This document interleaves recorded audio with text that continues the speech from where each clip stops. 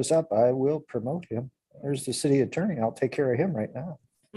Right. The mayor did not say anything today that he wouldn't be on tonight's call, so I would expect him to be here. You're scaring me. Do we have a hot one tonight that I don't know about? Just a long one. Tonight we've got 5 public hearings, 3 letters of recommendation, 1 information report, 1 amended site development plan, and 4 other items. So let's stay on task and start rolling. First, can I get an approval of the minutes from June 6th, please? Mr. Chair, Yes, sir. if you don't mind, if we could do a roll call, please. Oh, sorry. Roll call of commission members. Thank you, sir. Commissioner Helfrey. Here. Commissioner Ward. I see you, Ms. Ward. Thank you. Commissioner Cohn. Here. Commissioner Broyles. Here. Commissioner Clayton. Commissioner Depler. Here. Commissioner Jackson. Here. Chair Beatty. Here. Councilmember Brost. Mayor Bolin. Thank you. All right. Okay, so yeah, I've reviewed the agenda, and so now looking for an approval of the minutes from June 6th. I move that we accept the minutes from June 6th as presented. All right, thank you. Second. Second by Commissioner. So approval by Commissioner Ward, second by Commissioner Cohn. Any discussion of the minutes? All in favor, say aye. Aye. Aye. Any opposed? Any abstentions? I abstain. All right. Motion passes with Commissioner Depler abstaining. Mr. Chair, the mayor just texted and said he's logging in now, so he'll be joining us momentarily. All right, thank you for that. Does the Department of Planning have any opening remarks? Mr. Chair, I do not, but I just want to thank all the commission members for their attendance tonight. It's much appreciated.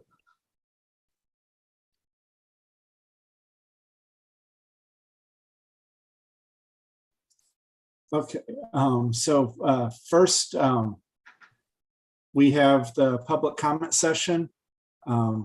If you're here to speak on any of the 5 public hearings, this is not the time, but if you want to speak on any agenda item after the public hearings, this is your time to speak. And so if you'd like to speak, use the raise hand feature in Zoom and we will promote you to panelist.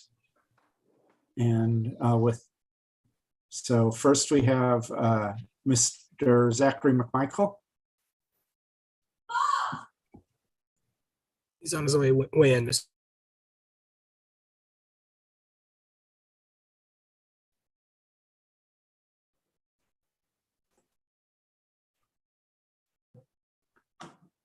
Good evening, Mr. McMichael. Good evening. Would you like me to go ahead and start? Yeah, go ahead. State Okay. your name and address and then go ahead. Good evening. My name is Zach McMichael. My address for the record is 8182 Maryland Avenue, 15th floor, St. Louis, Missouri, 63105. I'm an attorney with Cape Sokol. I represent Tarl and Joy Vetter regarding their application for a conditional use permit for the installation of roof-mounted solar panels that will be visible from an adjoining road on their property located at 19301 Adler Forest Road in the city of Wildwood. The Missouri Supreme Court has made clear in cases like State XRL Manchester Improvement Co., the city of Winchester, that Wildwood's decision to grant or deny the Vetter's application for a conditional use permit is an administrative or ministerial act. The discretion to grant or deny an application, quote, must be circumscribed by sufficient standards to require it to be reasonably and not arbitrarily exercised, end quote. It is recently explained in March of this year by the Missouri Supreme Court in Najib v. Missouri Commission on Human Rights. If these standards are satisfied, then the commission has no choice but to grant the application. Public hearing was held on this application on May 3rd, 2022. After that hearing, city staff issued a written report to this commission which found that all of the standards had been satisfied and and recommended that the commission recommend the approval of the application. On June 6, 2022, this commission deliberated on the application. Through these deliberations, a motion was made to postpone a decision on the application to allow the applicant to submit a landscaping plan to block the view of the roof-mounted solar panels from the road with mature evergreen trees. After Councilmember Brost suggested that he was familiar with the site and that landscaping would not be possible to screen the roof-mounted solar panels, the motion was withdrawn. Thereafter, a motion was made to reject staff's report. That motion passed with 1 dissenting vote. Tonight, the commission will vote on whether to accept a new report from staff to recommend that the application be denied. The commission should reject the new report, as a failure to do so will be a violation of the law. Approval of the application is required because the application meets all of the standards set out by the city code. First, the commission's determination the application should be denied because of aesthetics is incorrect. The property to the south will in all likelihood not be developed in a position where the future owners will be able to see the proposed solar panels. Upon information and belief, the property to the south is encumbered by a pipeline easement, which when paired with the city's setback requirements would prevent the construction of a home on the eastern portion of the lot. Given time, city staff should be able to confirm that construction cannot occur in an area where the solar panels will be visible.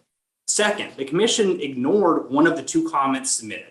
Shelley Wilson submitted a comment in which she stated that she does not believe that solar panels are ugly by any means. In fact, she believes that solar panels should be displayed as a symbol of pride. The only evidence before the commission was that the Vedder's neighbors do not find solar panels aesthetically displeasing. Further, the evidence shows that the Vedders live on a dead-end, low-volume street that serves approximately 50 homes. Therefore, the application meets all 4 standards set out by the code and should be granted. Third, the only reason offered by the commission for denying the application was the lack of landscape screening. Such a requirement is an abuse of the discretion given to this commission by the city council. In adopting ordinance number 2028 in August 2014, the city council determined that roof-mounted solar panels visible from the road should be a conditional use in the NU district.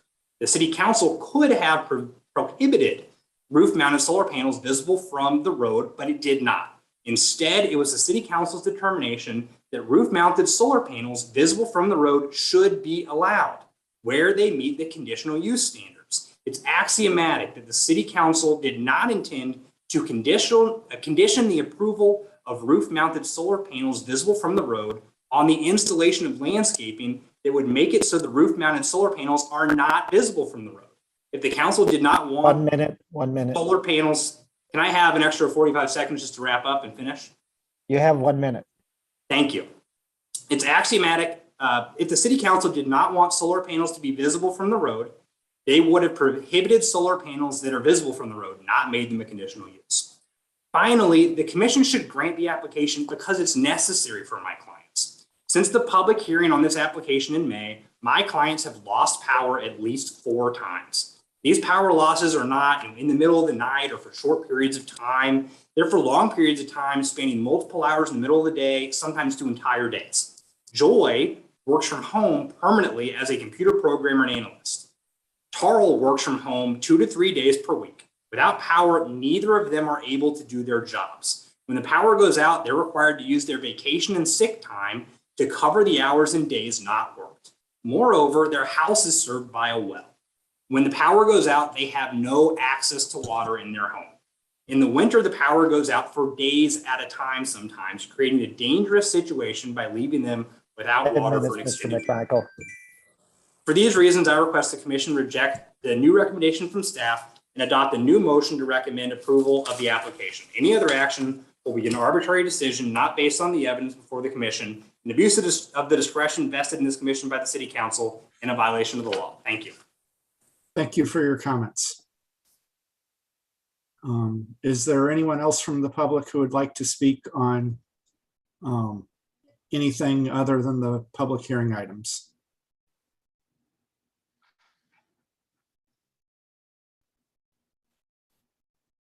Okay, Mr. Chair, just as a reminder, if anyone would like to speak on any other item on the agenda besides the public hearing, please use the raise hand feature and the department will be glad to promote you. All right, Mr. Stan Parsons.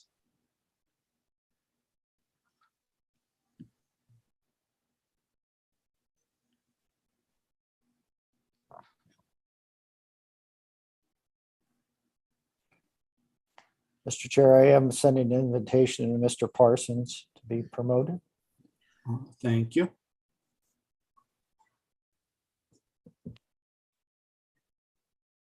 Maybe Mr. Newberry will have more luck than I.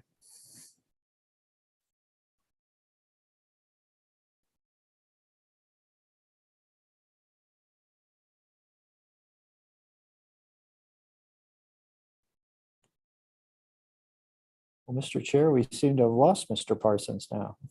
It does appear that way. I would suggest we proceed forward and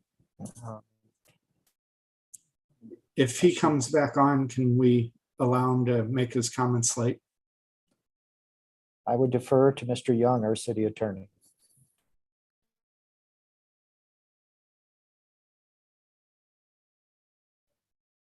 If it's acceptable to the commission we can postpone or table.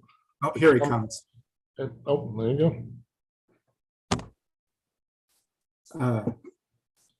Mr. Parsons, state your name and address, and then you have 3 minutes.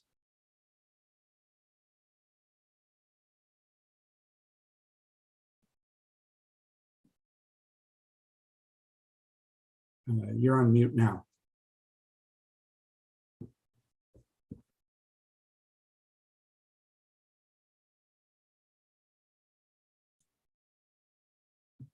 Hi, hello, hi. This is Julie Parsons, and my address is 2425 Etherton Road in Wildwood, and I wish to speak in opposition of the zoning change to lot number 2418 Etherton Road, which is directly across the street from our house. And Ma'am, yes. that's for the public hearing. We are not to that point yet. Oh, okay, I'm sorry. Yeah, we'll call you back up when we Okay. start talking about I that. apologize, thank you. Oh, you're welcome.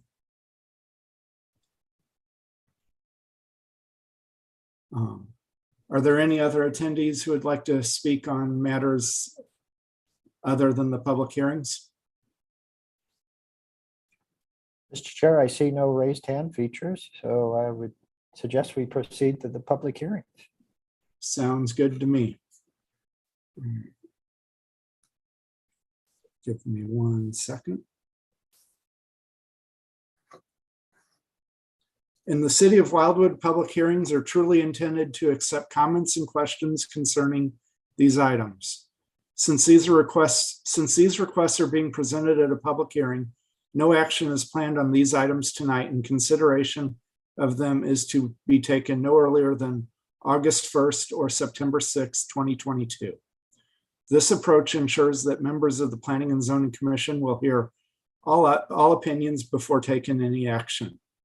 The city's Department of Planning will address the comments, questions, and concerns that are raised tonight and include them as part of their formal recommendation to the Planning and Zoning Commission. The commission will allow all parties adequate time to present their positions. Those in attendance via the Zoom webinar platform should use the raise hand feature to indicate you wish to speak at these hearings. A team member will add you to the list of speakers that will then be communicated to me as chair, and I will invite you to speak when it is your turn. In addition, information on these items can be found on the city's website at www.cityofwildwood.com. The commission would like to thank you for your cooperation and participation at tonight's hearings.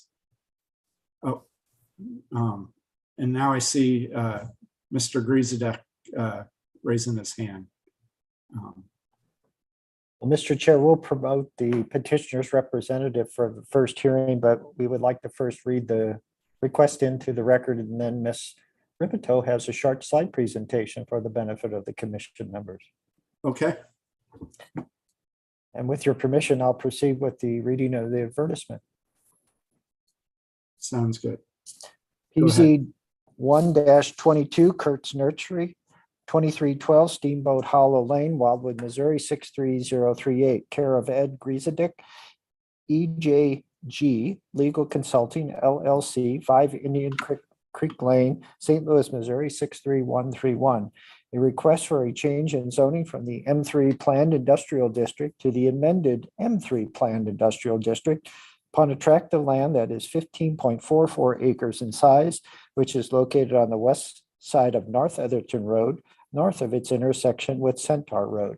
Street address 495 North Etherton Road, St. Louis County, locator number 18X640024.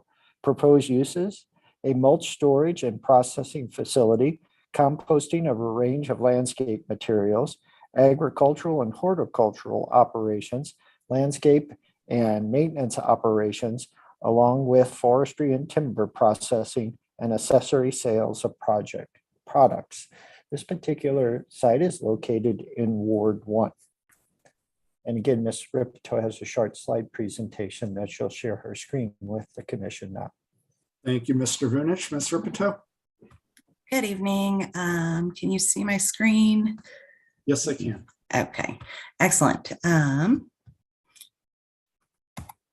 Okay, as Mr. Vunich described, this 15.44 acre lot is located on the east side of, it's on the west side of Etherton.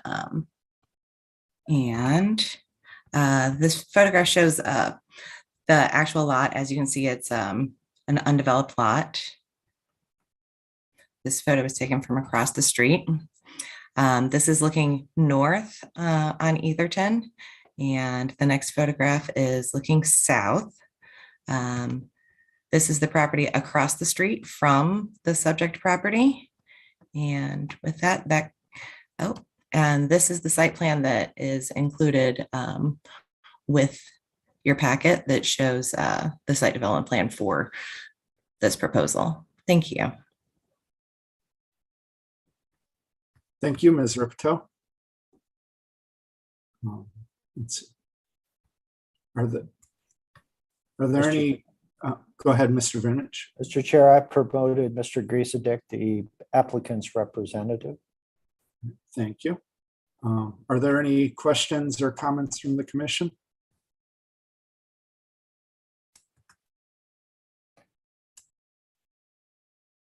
Mr. Chair, if you'd like, Mr. Griesedek could probably add something to the overall request if you gave him the opportunity.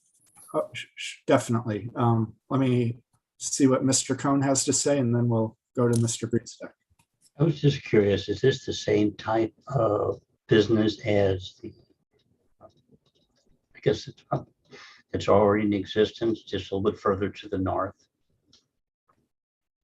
Fick, is that, I believe, is the Fick family. Yes, Mr. Cohn, Fick Supply Services actually shares a common boundary with this site.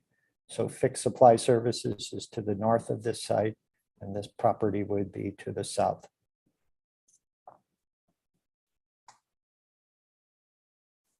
Mr. Griesedek, would you like to add anything? Yes, please. And is this okay, or do you want to start the video? Is that easier? Video would be nice, but it's not required. There you go. Can you see it now? Yes, I can. Okay. If you could pull up for our use the site plan, which was the last slide that she had up.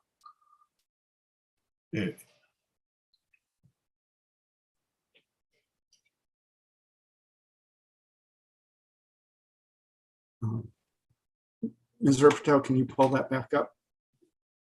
Here we go. Could you go to the one you had with the site plan there? Yeah, that one's great. If we could do that. For your record, my name is Ed Griesedek. I'm an attorney, as was indicated. I have offices in St. Louis County. I represent the petitioner. It's Kurt's Nursery. This parcel of property, it's a zoned M3. We're not asking for any change to it. It's your planned industrial district. We are the owner of this property. The parcel itself is 15.437 acres. It's zoned M3. We're asking that it remain that. Its location, as far as an address goes, is 495 North Etherton, and we are directly west, if you will, of the Spirit runways. So there's the two runways on Spirit, and you fly over this parcel if you're heading in that direction. Our request in front of you tonight is for approval of preliminary development plan within the current M3 plan district. No zoning changes requested. Our goal, to get to Mr. Clayton's comment, is we have an existing business which is about a little less than a mile from this site. And so this site is larger. It's about twice as big as the one that we have now. We're 7 acres. This is about 14. It's a larger site. The use is entirely consistent with the fixed supply services directly to our north. We're in the bulk landscape materials, soils, gravel, and mulch business. And there is a mulch processing facility it's a large range, if you will, of landscape materials.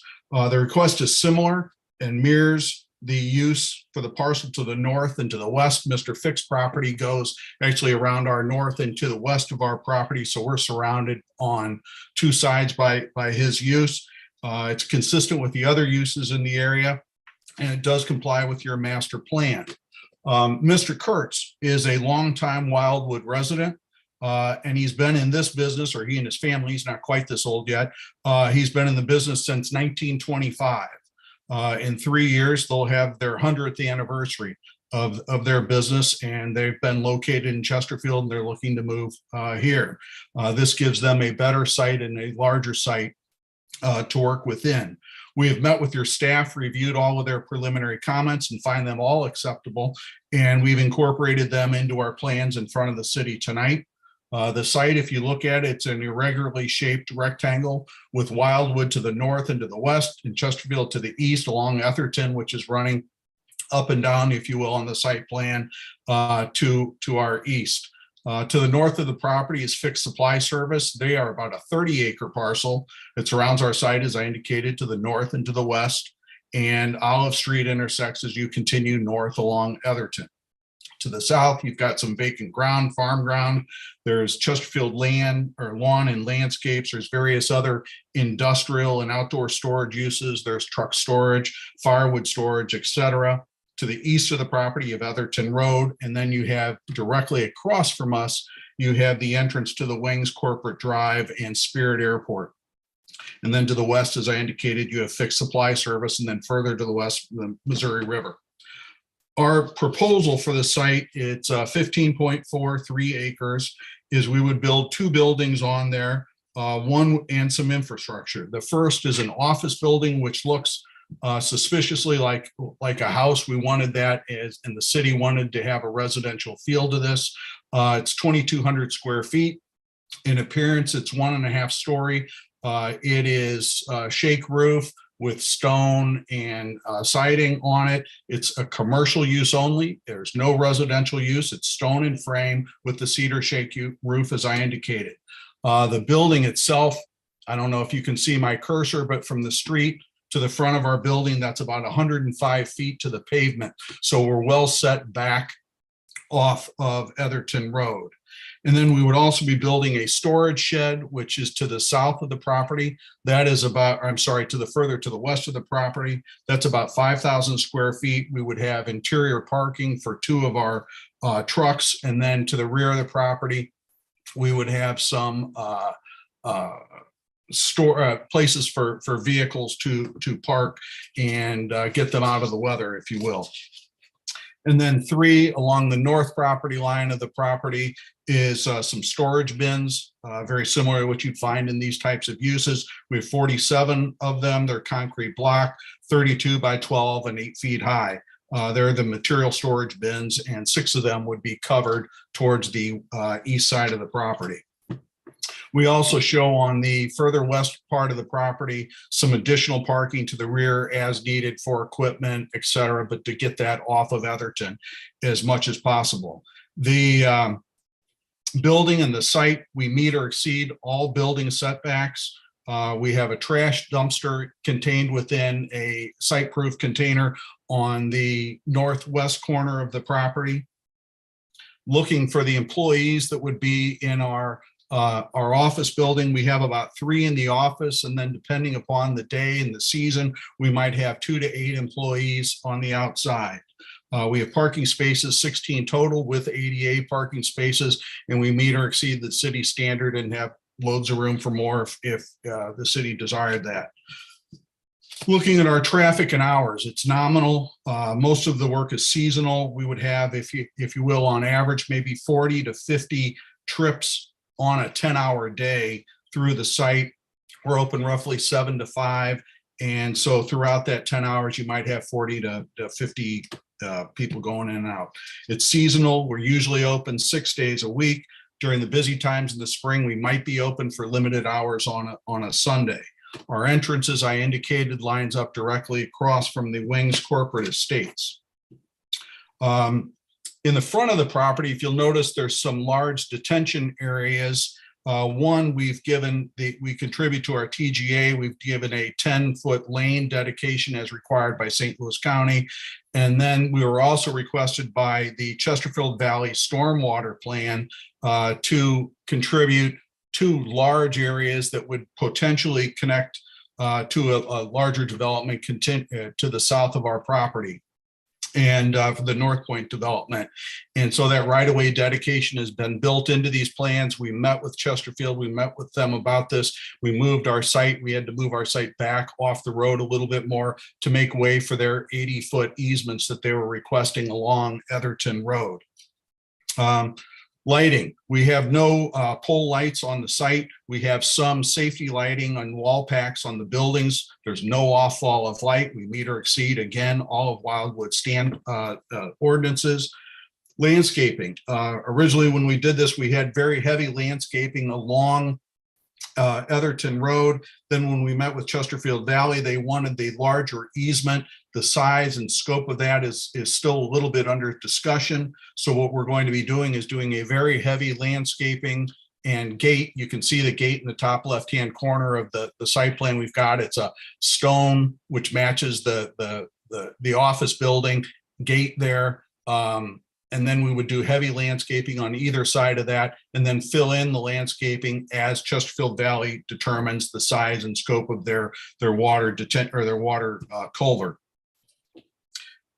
Let's see, we meet or exceed, again, all Wildwood restrictions on landscaping, grading, and construction. Stormwater, as was a large part of this along Etherton, the Chesterfield Valley Stormwater Master Plan. We've met with Chesterfield. We've received their comments. We've incorporated their comments into this plan. This is included in this revised plan in front of you. And as that goes forward, this would be part of that system. And we've provided, again, all the improvements that they requested. Signage and gates. We would again have the sort of the pretty gate, if you will, at the entrance of the site, along with a monument sign consistent again with all cities requirements at the entrance. The gated access is for appearance. It's also for security. Again, it complies with all city requirements. And then we've got the rendering of that on the plans. Variances. None are requested, none are required. We have met with the utilities. We have their comments, which has been provided to the city. They've been received, they're acceptable, they've been incorporated into the plans. In short, Mr. Kurtz has been a very long time resident of Wildwood. He's been in business since 1925. Our use is consistent with the thick plan to the north and to the west. It accommodates all the needs for the Chesterfield Valley Stormwater Master Plan. It's consistent with Wildwood's master plan, and it's exceedingly attractive construction and landscaping for this planned industrial area. I'm here with Mr. Kurtz and Tim Meyer from Vols Engineering, if you all have any questions. Thank you very much for your comments. Is there anyone else on the commission who has any questions?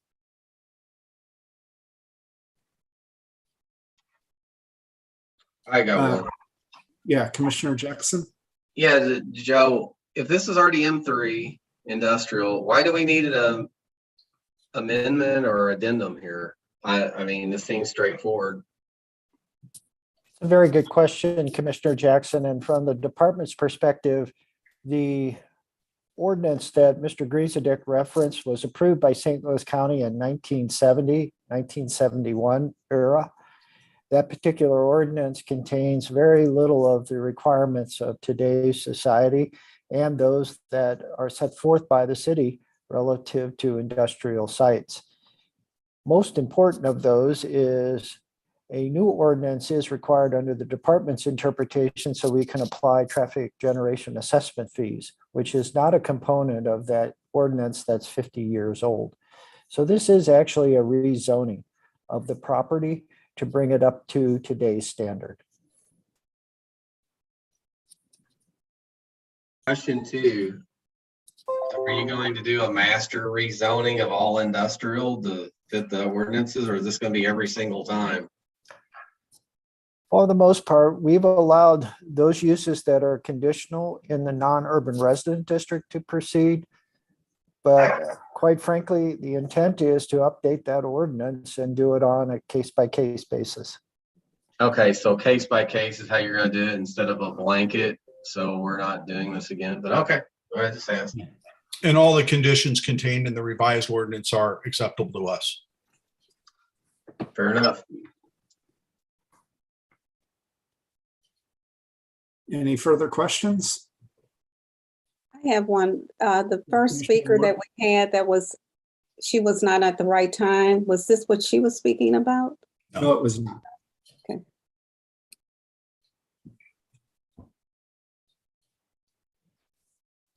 And again, Mr. Chair, if there is anyone on our attendees list that would like to speak on this particular request, if they would use the raise hand feature, we can promote them now and they will have time to present their comments.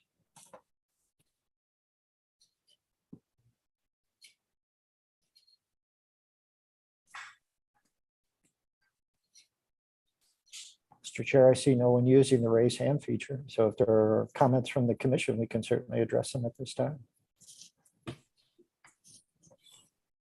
And so if to there- be clear, are we just needing a recommendation to go forward? What are we needing to do? This is just a public hearing, so all I need is a motion to close the public hearing. Oh, I so move. All right, and Commissioner Alfrey, second. All right, all those in favor say aye. Aye. Any opposed? Any abstentions? All right, this hearing is closed. Thank you for your time and your attention. Mhm. All right, next on the agenda, Mr. Vunich. Thank you, Mr. Chair. PZ 5-22 New Community Church, care of Peter Swartz, Vessel Architecture, 600 Emerson Road, Suite 401, Creve Coeur, Missouri, 63141. A request for a change in zoning from the CA Plan Commercial District to the amended CA Plan Commercial District upon a tract of land that is 4.08 acres in size, which is located on the south side of Manchester Road, west of Taylor Road. Street addresses 16830, 16832, 16832-A, and 16840 Manchester Road. St. Louis County locator numbers 24V630352, 24V630011, 24V610068, and 24V5202202. Accompanying this request is a request for a conditional use permit, CUP, for the same tract of land identified herein, which allow for the use of it for an expanded parking area for the new community church and recreational activities associated with it as well. The subject tract of land is designated the Workplace District under the current Town Center Regulated Plan as adopted by the Planning and Zoning Commission on June 7, 2021. This particular site is located in Ward 8, and since a conditional use permit is being requested, the department would like to introduce into the record the following items: the city's charter, the city's master plan, the zoning ordinance, chapter 415 of the City of Baldwin Municipal Code, a file that has been developed and maintained by the Department of Planning regarding this particular request and all contents contained therein. And then finally, any testimony, plats, exhibits, or other items offered as part of tonight's public hearing. And Mr. Chair, with your permission, Ms. Ripito has a series of slides she can show to the commission at this time. Thank you. Thank you, Mr. Vunich. Ms. Ripito?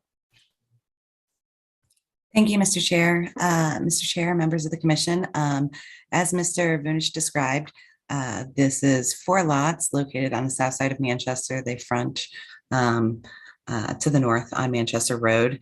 As you can see from the aerial, they're within a close proximity of New Community Church with a vacant lot directly across from them. The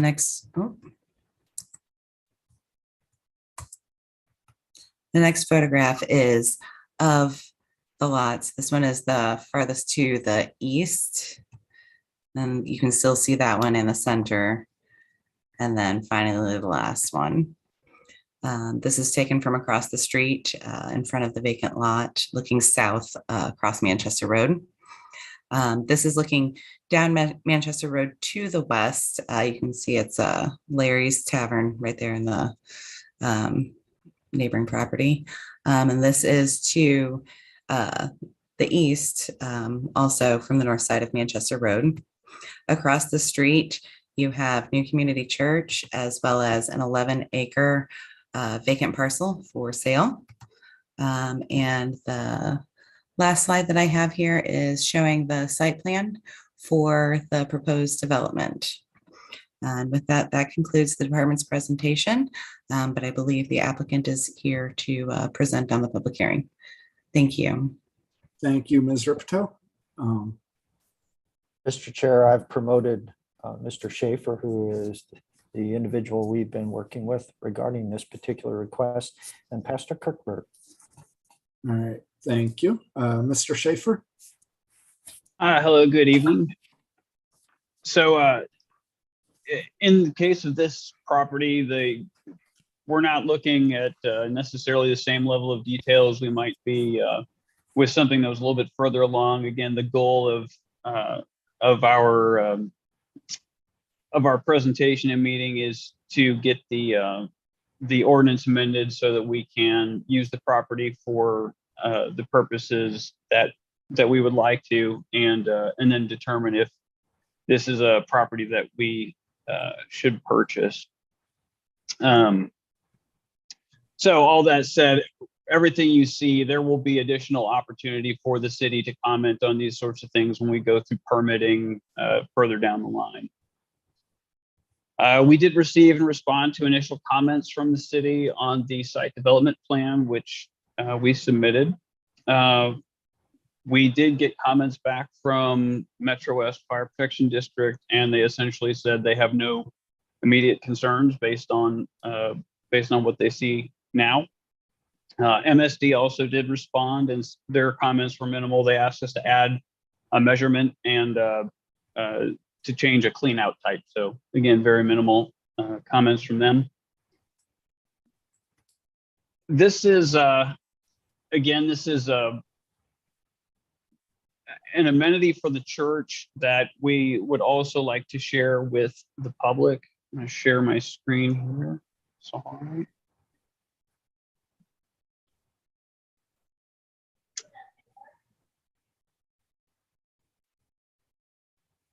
So this is the site development plan as we conceive it.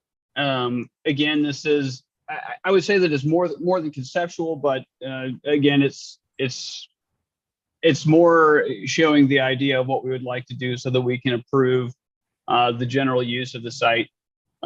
We do have additional parking here that could be used by the church in the future, also on a Sunday morning, potentially, if the need were ever to arise. Right now, we're not near that need right now, but it is something we have in mind for the future.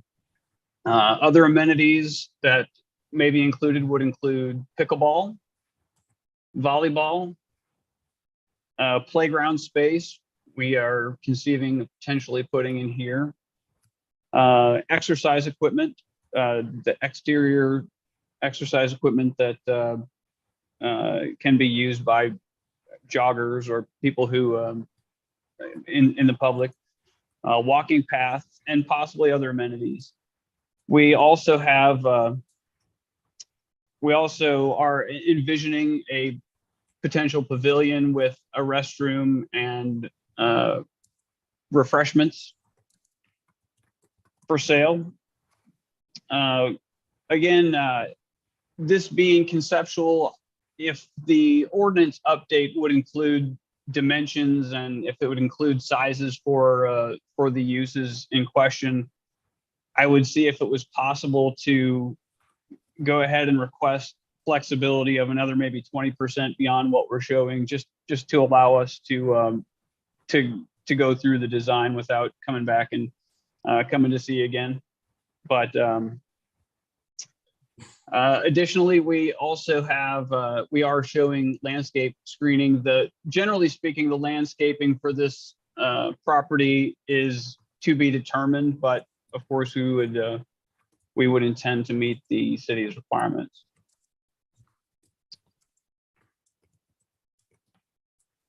That's really all I had on this south property. All right, thank you for your comments. Is there anyone from the commission who has any questions or comments?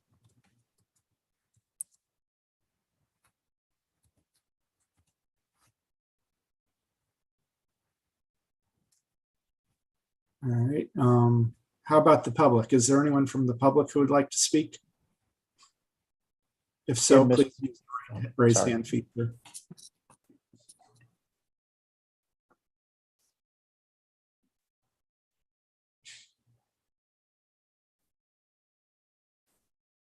Mr. Chair, I see no one using the raise hand feature, but except for Mr. Cohn.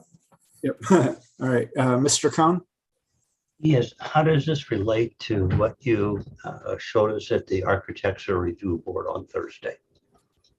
So this is a separate project, if you will. Right now, this is essentially due diligence on the land to confirm, yes, we will be able to use it for what we need, or no, we will not be able to. And so we can make a go, no go decision on the purchase. I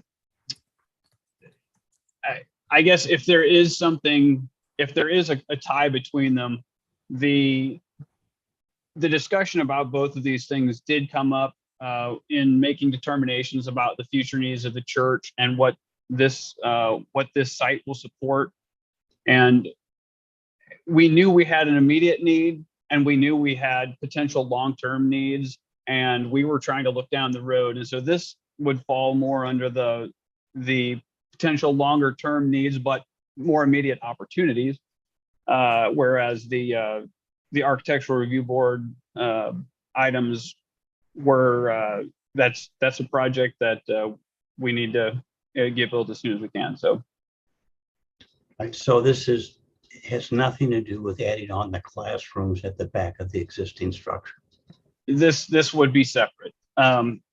Vunich, you had said that will be discussed later. Is that something that we should stay present for? Well, Mr. Cohn, if I could maybe elaborate a little on Please. Mr. Schaefer's answer. Please. When parking calculations are done for the church, that's the primary use, and the classrooms are considered accessory. So we park the primary use knowing that will have the greatest demand, and everything else follows under that. So although the building expansion that's being proposed at the existing church is 4,650 square feet, the parking for the church still accommodates that and what also will remain. Right, there's actually quite a bit of spare capacity at the existing building at this point. Commissioner Jackson. Okay, this may be a technicality, so let me walk through this. So we have an addendum to the property, which probably has to be done just similar to the industrial thing, I suspect, Joe. Is that right? A little different here, Mr. Jackson. The existing site-specific ordinance authorized like 6 kind of office warehouses and some retail. So this is completely different type of use, but the plan district is still the mechanism to consider it. Okay, and so the second part is the conditional use permit, which is really what I think Mr. Schaefer's asking. Are we going to get our conditional use permit? And if so, we want to buy this property. Did I got that right? Yes, Mr. Jackson, it's very similar to a lot of proposals the commission is presented. The purchase of the property is contingent on the zoning being approved so that the buyer knows they can use it. And that's okay for us to grant a conditional use permit to someone that doesn't own the property. That's where I was going. Yes, our application that we received relative to this request, it either asked if you're the owner under property or the owner under contract, and it must be signed and notarized. So Okay, so they're under, is Mr. Schaefer under contract and pending we approve the CUP? They meet this requirement, right? The church is under contract. Okay, the church, I'm sorry. Okay. Yeah.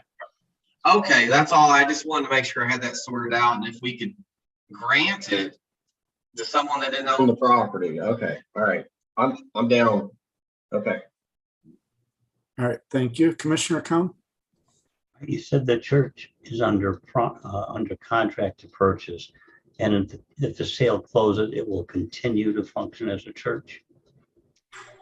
Yeah, so the church, the main church property, let's see if I can share my screen again.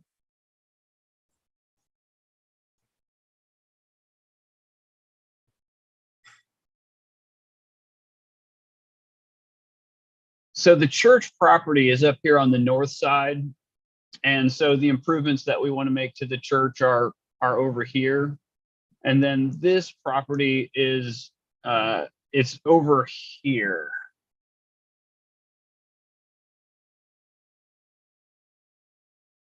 I'm sorry, does that answer your question? I apologize.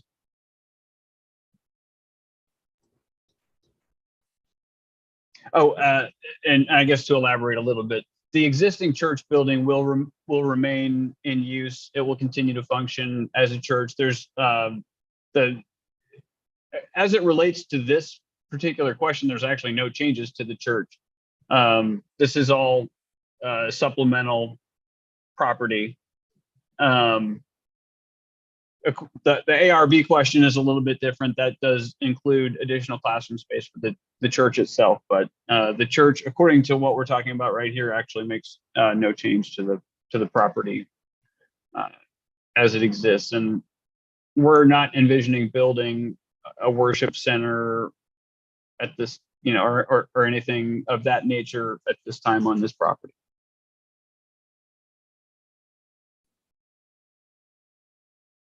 Commissioner Ward? If you can granted this and are able to go ahead and purchase it with those contingencies, is there a timeline? I mean, do you anticipate this being in the next year, 2 years, 3? To actually, put the improvements on it that you shared? So we don't have a specific timeline in mind right now. The first thing we want to confirm is that we will be able to use it, when we are able. If Pastor Kerberg has any comments on that, I would welcome his comments, but at this time, we don't have a specific timeline for when this would be built out. All right. Mr. Kerberg, do you have any comments on that? Yeah, can you hear me? Yes, I can. Okay. So we are very eager. Well, first of all, thank you so much for seeing this item tonight. We really appreciate it. We've been working on this for a number of months now, and so we're very excited to be moving forward kind of officially here with this commission here. So thank you for your time. We have been working for several months, as you can see, with vessel architecture, with the engineer drawings, and all the work that we have put in, as well as the investment into the property. Our initial closing date after several months of due diligence was actually back in May, and we were eager to try to hit that date, but just realizing that we had a bit more process in front of us to go. And so as it relates to closing on the property, we are eager to do that as soon as we can get approval and the conditional permit use of the property. As far as building out, we are a growing church. We're growing quite a bit, about 26% in the last 18 to 24 months. And that's the need for the classroom space and such that the Architectural Review Board saw on Thursday evening.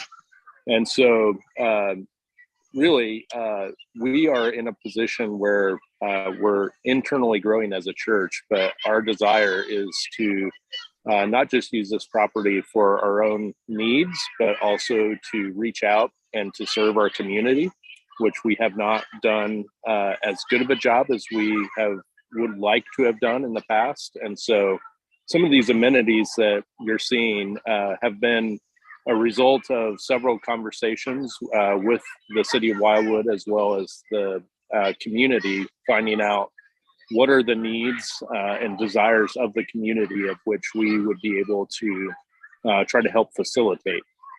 And so we would be very eager, but certainly understanding that all of that takes time and money. And so we have been apprehensive about putting too much more into timelines and financing until we know if we can even purchase a property. But to answer it as succinctly as I can, we would be as eager to do that as soon as we had the approval to do so, and then the financing to be able to do that as a growing church. Thank you for that. Are there any further comments or questions from the commission? Or is there anyone from the public who would like to speak on this?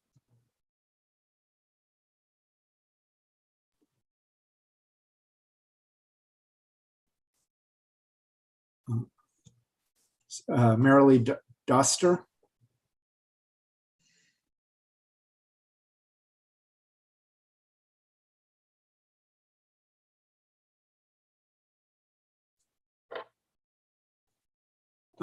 Ms. Doster, go ahead and state your name and address, and then go ahead with your comments.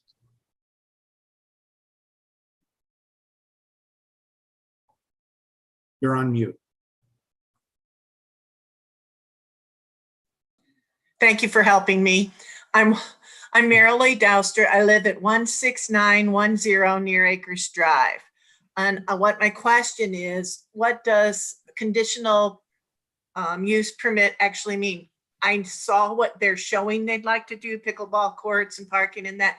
Can that change after they own it to be something else?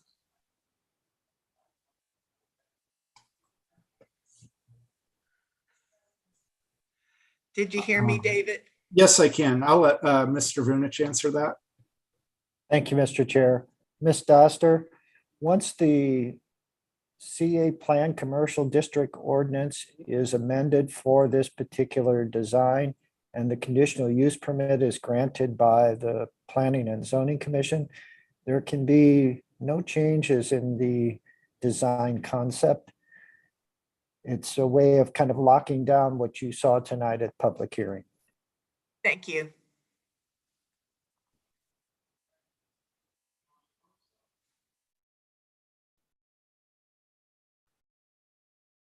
Thank you for your comment. Are there any further comments from the public?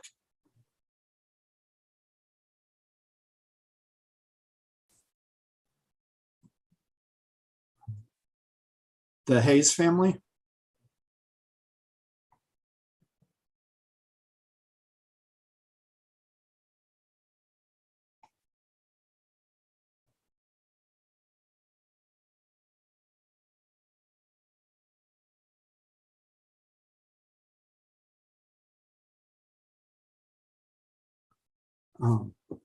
Go ahead and state your name and address, and then go ahead with your comment.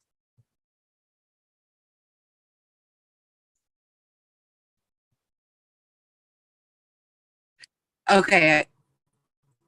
Now is that better? The audio wasn't great for a second, but I can hear you. Okay. That's because of where I live, and it is there is no cable here. We are at 18505 Highway 100. So directly across the street from where the outline is on the postcard. And we were wondering if it's going to impact our well water, the water table, if we're gonna have to dig deeper. Ma'am, this is for the church property on Old Manchester rather than the site out on Highway 100. Okay. We'll I thought get that might be the case. I just joined. Okay. All right. Thank you. You're welcome. We'll call you back up when it's time. Okay. All right. Any further comments, commission or public? Commissioner Depler?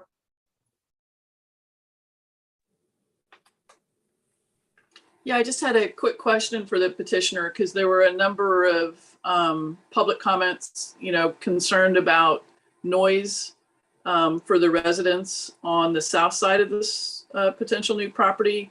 And I just wanted to know if you had any response to some of those concerns out there.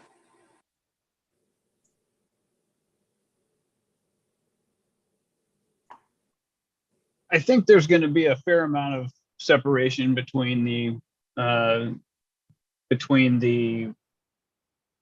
amenities in use. We've got most of the more active areas are towards the middle of the property. I don't have any specific commentary other than that. Are there any anticipated, music festivals or, any kind of outdoor loud events that are, that you're thinking about potentially having?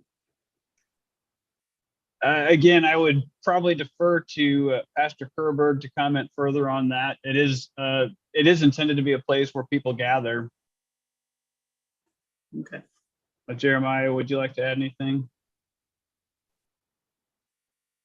Yeah, thanks for the question.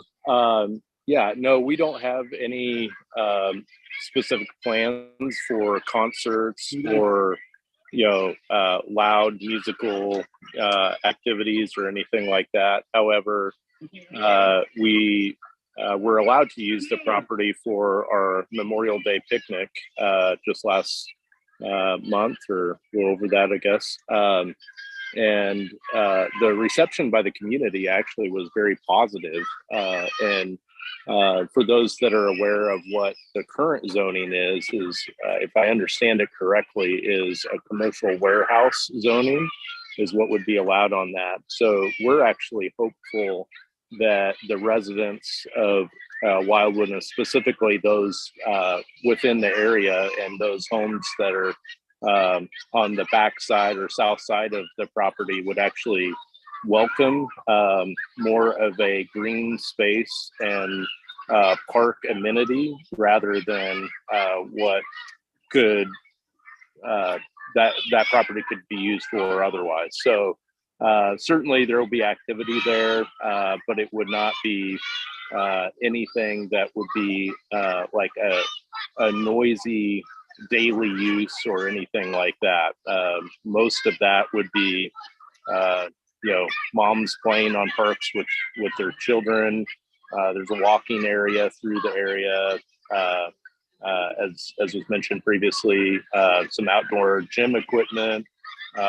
So our desire is really for it to fit into the landscape and activities of the community that Wildwood desires to be. And so we also do not desire to be in competition with some of the things that Wildwood as a city is planning with their master plan, which they have some space like that in their development plan. So we don't have any interest in competing with those types of interests. Hopefully that helps.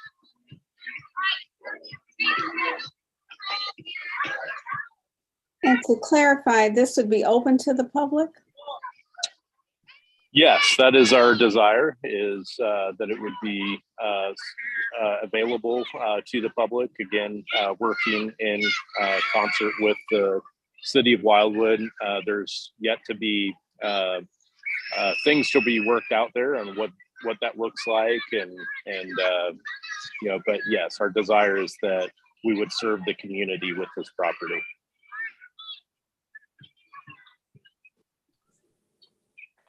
Thank you. Thank you.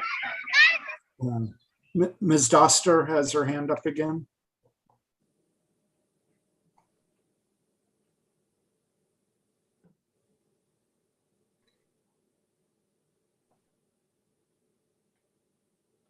Go ahead. Night or no? I'm sorry. Is there going to be lights on the property that it could be used at night, or is it mainly a daytime facility? Does that make sense, Mr. Beatty? Yes, it does. Do you have an answer for that, Mr. Schaefer or Mr. Kerber? We're not currently showing any area lighting. So the pavilion would most likely have a lit seating area, but again, that's kind of off towards the middle of the property. And no, we don't have any large area lighting to currently shown to you know, to light particularly the south bordering areas of the property. And again, if we did decide to go to add something like that, there would be the whole permitting process that we would have to go through at that time. Thank you. Commissioner Broyles? You're muted. You're muted. There. Sorry about that. Could you describe again the number of parking spaces that you anticipate using in this 4.08 acres? And would those be nearer the road or back in a different section of that acreage? So we're showing 64. Yeah, if I could share my screen again. So we're currently showing 64 spaces. Oh, sorry, can you see my screen? Yeah, I can see it. Oh, okay. Yeah, we're currently showing 64. The intention would be, again, only if needed, to expand potentially further to the west and add some more. Again, we may not even need to use it all immediately, but that is what we're showing at this time. And again, we are also planning to put a landscape screening area up towards the street so that it's not you know, direct a completely direct view. Does that answer your question? Yes. It's difficult for me to imagine 64 cars in that area. And would that also be used for the public who wanted to use that space? Yes. So on Manchester Road? Oh, I'm sorry. Use the space. The parking space. Yeah. So the parking would be, again, it's available to people who are using this using this public, or this amenity that's being made available to the public. The intention is that on a Sunday morning in the future, if the need should arise, and again, to give you an idea, right now, I think, trying to remember exactly the numbers, I think we have 215 parking spaces, and the need, well, put it this way, sorry, we have a lot more parking than we need at this time, and so to need this, we would need to see significant growth or have to go to one service, or there's something would have to happen to push us across the street. But we do want to have it available for that need in the future. Other than that, yes, it's being made available to people who are using this space. So my second question is, Mr. Chair, may I Go share ahead. that? We do have a lot of materials, so. I know. all And right. one more question is, what do you anticipate using that space for until you do put parking spaces on it? Do you have a plan for that? So I would again defer to Pastor Kerberg on that question. I can tell you that they've already used the space one time for a church picnic event. It was very well received. Jeremiah? Yeah, that's absolutely right. We have just a few activities and events throughout the year that we would desire to use the property for our church family. Such was like the Memorial Day picnic that we did, and we've had to in the past historically go to another park, and this year we were able to use that property, and it was just a wonderful opportunity for our church body and church family to be there on our property, and to be able to facilitate that with our church building right there. So those types of activities and events, and there's not a lot of them, but maybe a few of them throughout the year. Thank you for that information. Commissioner Cohn? Yes, how do the curb cuts align with Old Manchester Road and the use across the street? And has there been any thought to a traffic study?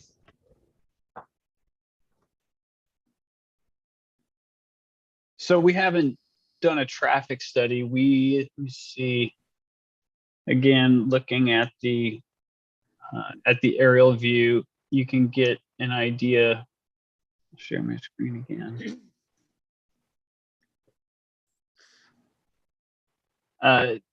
So looking at the aerial view, you can see that the existing curb cuts are here and here, and the plan is using those existing curb cuts. They don't immediately align with anything across the street, so that shouldn't cause any immediate conflict. Thank you. That answers my question. If Commissioner Jackson?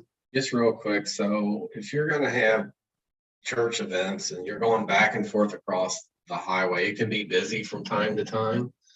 There's got to have to be some sort of crosswalk, some methodology. This is my 2 cents on it. And because people might be parking across at the church and walking across if it's a big enough event. So just my 2 cents on that. Some sort of control for pedestrians probably needs to be thought out a little bit. My 2 cents.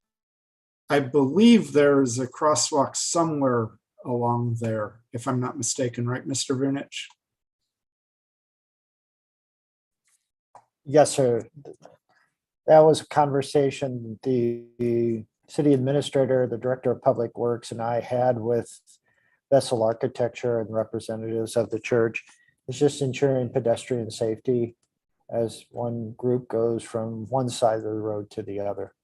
And there are improvements already in place as part of our streetscape. Pastor Kerberg?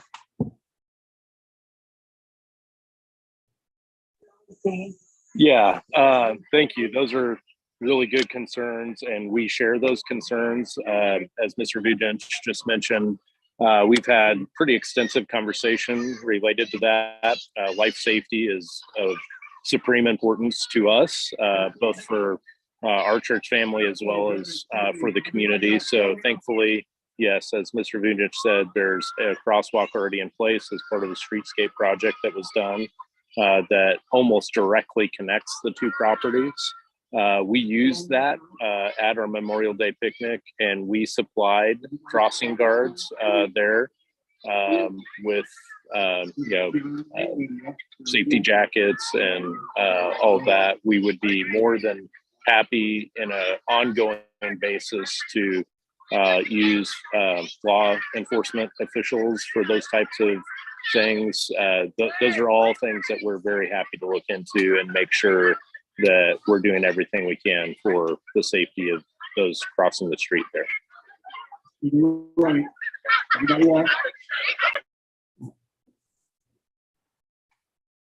Thank you. You're looking for a motion, Beatty? Yeah, so right now I just need a motion to close the public hearing.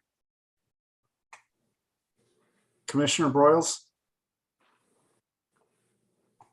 You're muted.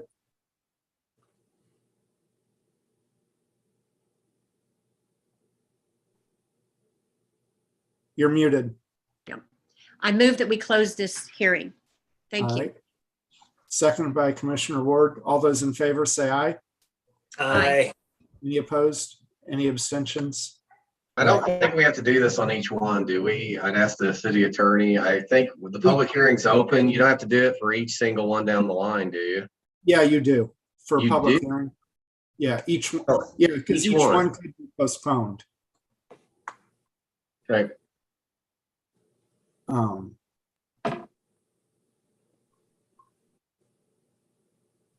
right, next on the agenda. Mr. Chair, would you like Mr. Young to respond to Sure, that go question? ahead. Yeah. I just made myself available, but I agree, yes, each one has to be open and closed individually.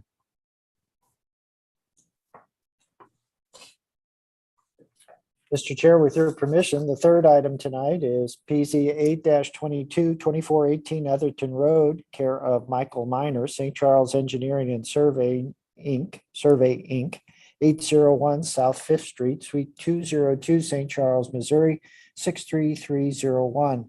A request for a change in zoning from the NU non-urban resident district to the R3 10,000 square foot resident district upon a property that is 0.72 acres in size, which is located on the east side of Etherton Road, north of its intersection with Crestview Drive. Locator number 23V210063, street address 2418 Etherton Road.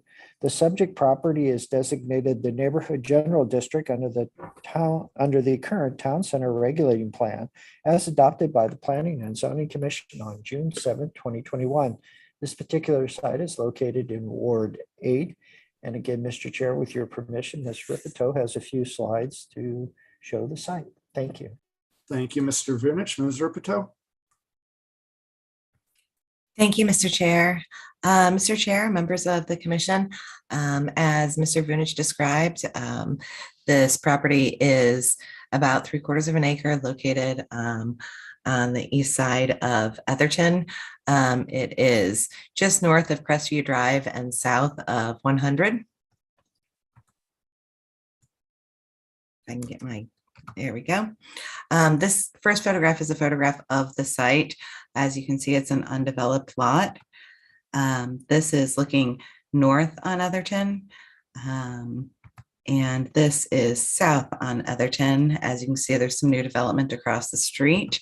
And this is the home located directly across the street from the property. The last slide is a site plan of the existing property. And with that, that concludes the department's presentation, but I believe the applicant is here to present during this public hearing. And I thank you for your time. Thank you, Ms. Ripito. Mr. Vujicic, we have the applicant in attendance. Mr. Chair, I do not recognize anyone's name, so if the applicant or representative for the applicant is here, could they use the raise hand feature and I will promote you so you can speak to this particular request?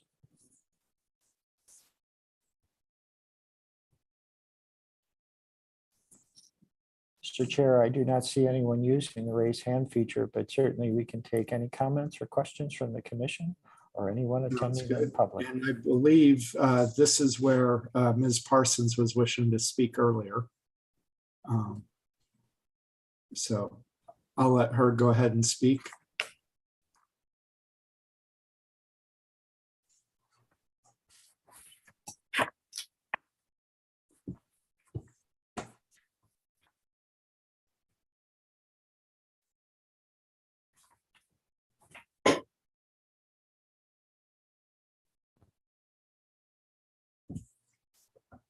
All right. You're muted, but you can go ahead and unmute yourself and state your name and address again and go ahead.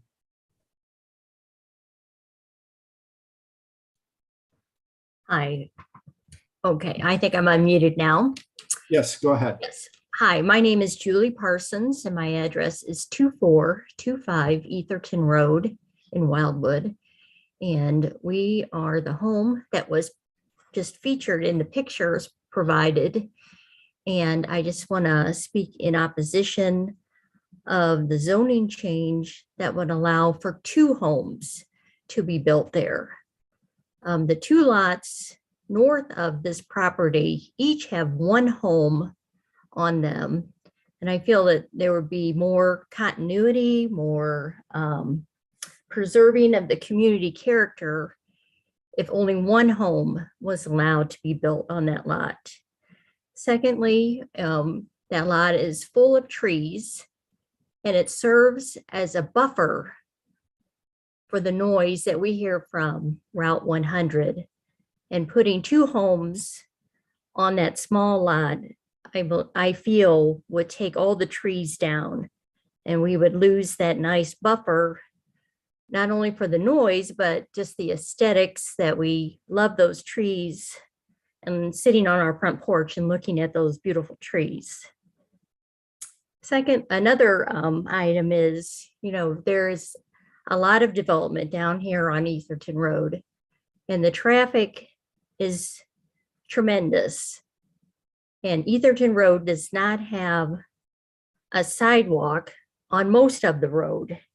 And we have tons of people walking down Etherton Road in the road with their strollers, with their dogs, their kids, and they're all headed to the nice walking path, that's terrific, but we get concerned about all those people coming down the road, and it just, 2 more houses plus all the new homes that are down here already is taxing that road. And I believe that's all I have at this time, and I appreciate your attention. Thank you. Thank you for your comments.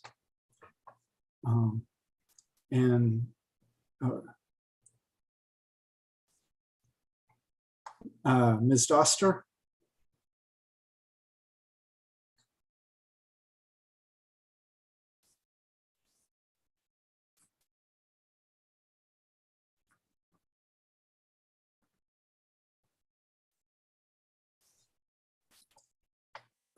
Go ahead and unmute yourself and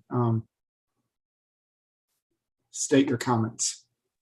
I also live very close to Mrs. Parsons' property, and it does appear to be a small piece of ground. Right now, people sometimes back in there just to park, but that end of Etherton Road seems to be narrower than other parts of it. And Mrs. Parsons is correct. There's always walkers. If people are walking with their dog on the sidewalk side and there's other people going the other direction, they're actually walking in the road. And the people that come out of Canberry, I have to say, don't always stop, so they come around the corner pretty quick. So I could see it being kind of dangerous to add too many more homes in that area. And what would that make the property per home? What % of an acre would that be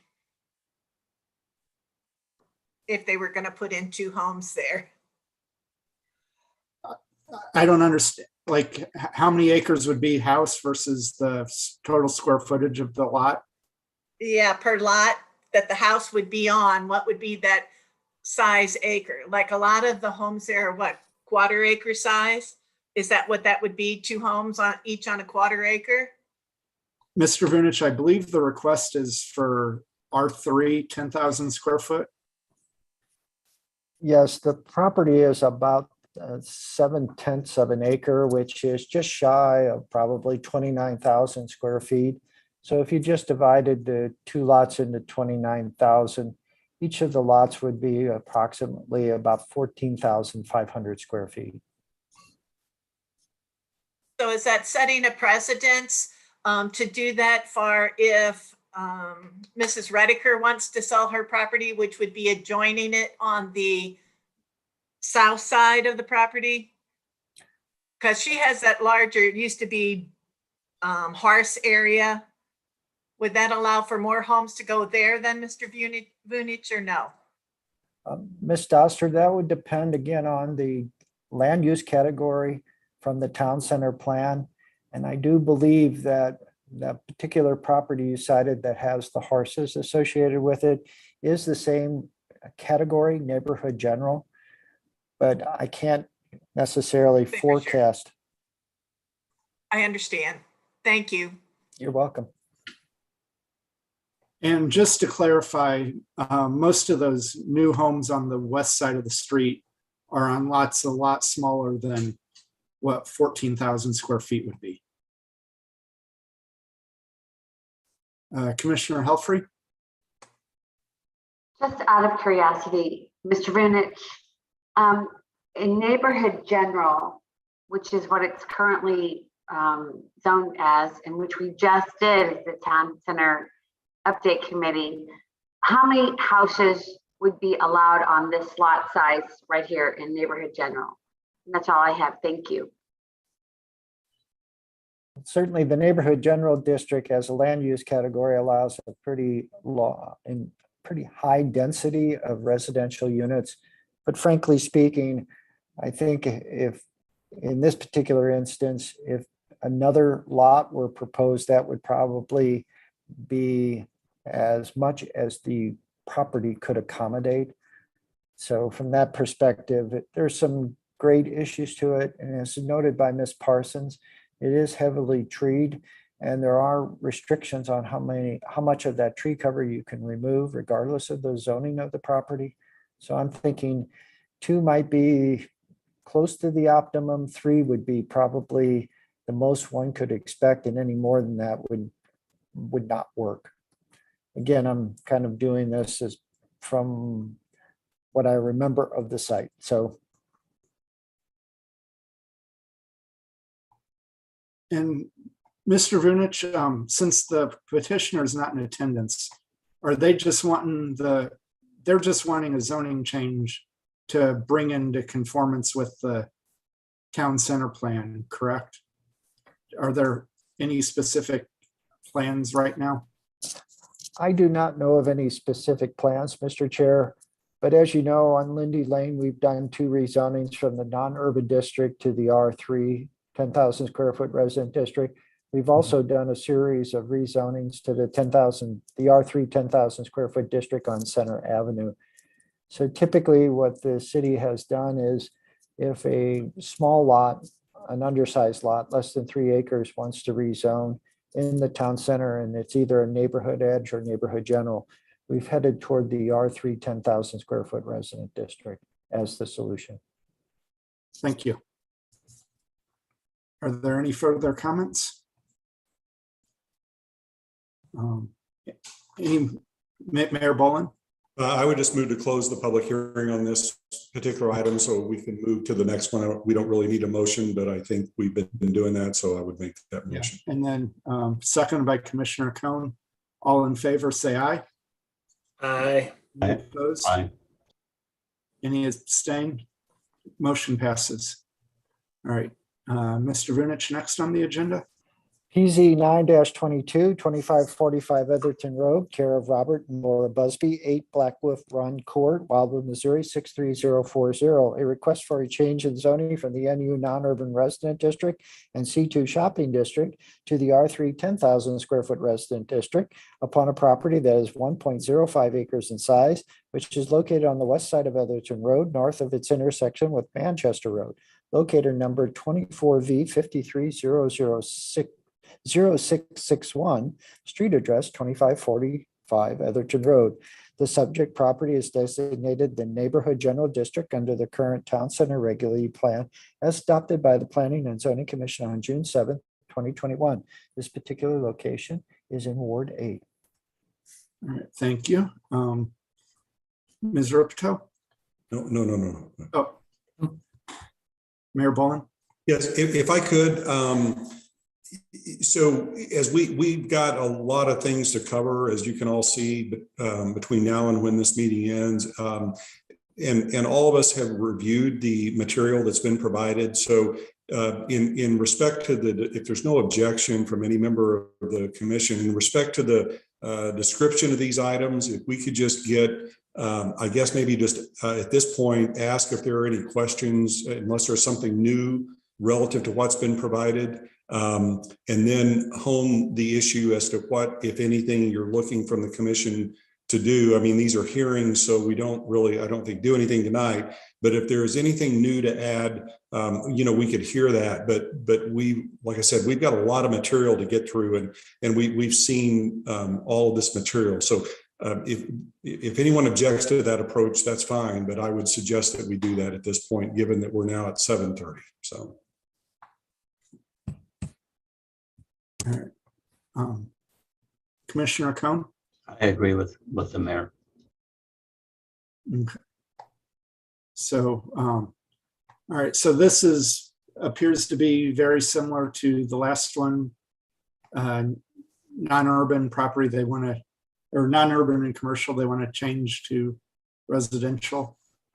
Is that correct? Yes, Mr. Beatty. And in this particular case, on the 1+ acre site, the couple just wants to build one home. So it's totally vacant now? Yes, sir. Okay.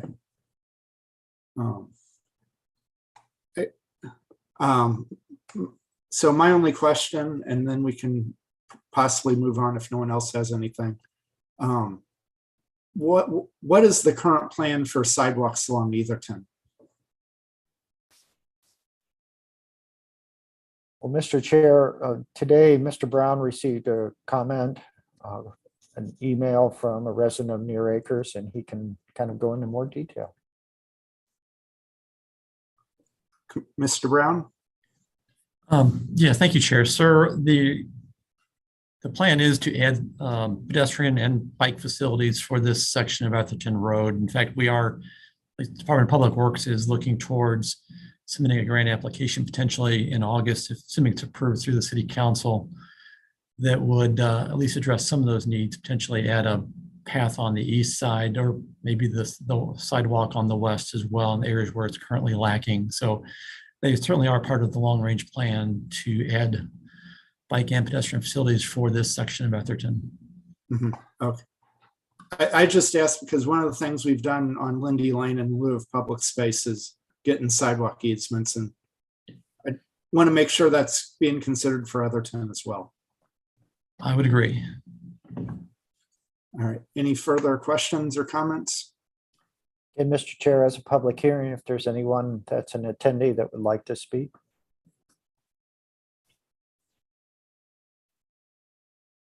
I see no raised hand features.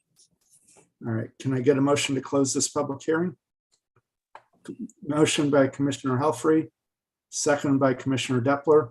All in favor, say aye. Aye. Any Aye. opposed? All right. Any abstain? Motion carries. All right. Next on the agenda. In response to a communication dated May 12th, May 12th, 2022 from Mike Whalen Custom Homes regarding an application for a waiver to the city's requirements for large lot single-family subdivisions being required to install packaged wastewater treatment plants in the areas of the Wildwood community not currently served by public sanitary sewers, which would thereby allow the use of individual wastewater treatment systems on each of the lots of record.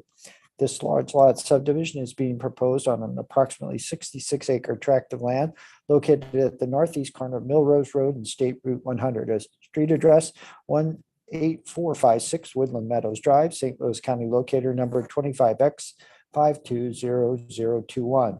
A total of 13 lots are being proposed as part of this residential subdivision, which is named West Eden Subdivision, and the property is located in Ward 1. All right, thank you, Mr. Vunich. Mr. Whalen? Mr. Chair, I just tried to promote Mr. Whalen. He should be on screen shortly. All right.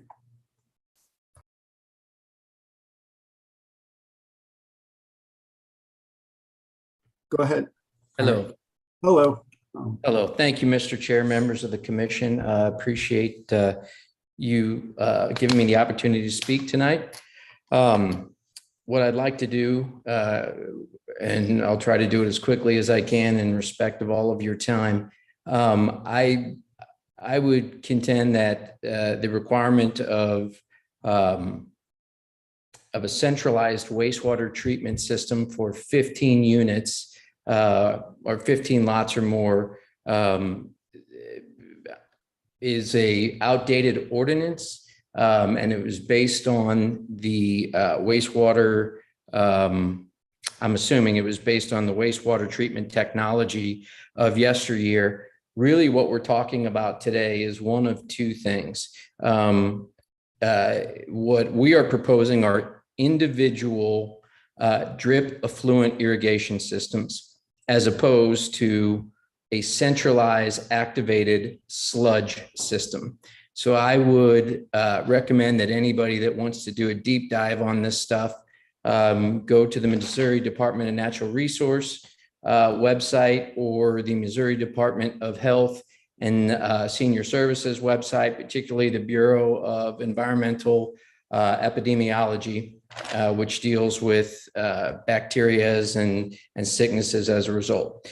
The systems that we are proposing are incredibly more efficient and incredibly more environmentally sensitive than a centralized activated sludge system. With a drip effluent irrigation system, evaporation is used to help dissipate bacteria.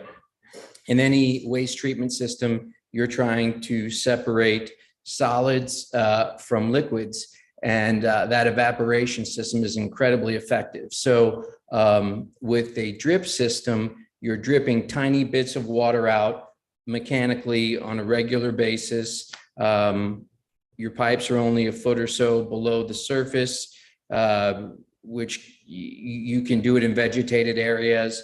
It's just much, much cleaner. It recycles and recharges groundwater much faster. It provides a greater flow control. With a community system, for example, everybody gets up at 7 o'clock and takes a shower and brushes their teeth. This can overpower the system or stress the system if you're doing a centralized system. Therefore, you have to create a bigger system. But the biggest separator, I think, in my mind, these centralized systems do make sense for large developments, 50 plus units or so. But they have a surface discharge, which means they would disperse and discharge their water into a dry creek, which would go into a tributary, which would eventually go into a stream, and so on and so forth. Whereas the drip effluent irrigation system uses 50% evaporation to get rid of the bacteria and disperses water on a regular basis in a smaller area, more controlled area, which feeds the watershed, the ecosystem of the individual lot. So I wanted my environmental engineer to be with me here tonight to make this explanation. Unfortunately, he broke his hip, but there is no question on when we're proposing 13 lots on 65 acres that we have enough area to install these drip effluent irrigation systems, which are much more effective and environmentally sensitive than the centralized activated sludge system. Those systems have a tendency, the smaller the subdivision, the more ineffective they become, the more difficult their maintenance becomes, the greater the expense to the homeowner becomes. This is not a cost play. Drip effluent irrigation systems are very expensive for my clients and for my lots, but they simply work the best. They are the cleaner option, and they help the vegetation in the trees and the grass and all that stuff that is around the system, seeing as they are only 12 inches below the surface. When you hear the word septic system, people think of the septic systems of yesteryear, which were buried, concrete or metal vaults well below the surface that used gravity to for wastewater to leach into the ground. The technology has come, my engineer described it as that's like comparing a 1950s Chevrolet to a 2022 Chevrolet in terms of performance and efficiencies and safety and so on and so forth. So I respectfully request that you consider my request to waive this requirement. There's no ordinance in the state of Missouri that precludes us from doing this. And in fact, it's my contention, and I believe anyone that takes the time to research this will see that our proposed drip effluent irrigation waste treatment systems are more environmentally friendly and effective than a centralized activated sludge system that would have one discharge point that would discharge at the surface into a creek and wind up in streams and tributaries, which would have a more direct impact on the neighboring water tables. When we do the drip irrigation system, the water leaches into the property on someone's own lot. When you discharge into a dry creek or a low flow creek or something like that, that's when somebody else's water table can be affected. So I would just respectfully request anybody with concerns, look at the Missouri Department of Natural Resources website and Missouri Department of Health and Senior Services website, Bureau of Environmental Epidemiology, and you will see that these systems that we are proposing are remarkably effective. I've heard concerns about maintenance.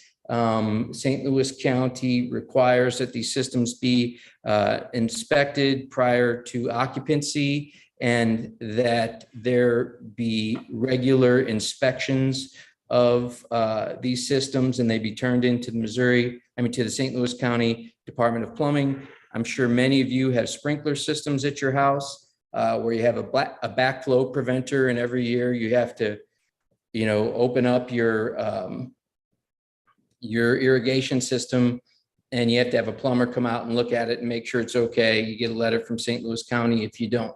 It's the same thing with these new sophisticated septic systems.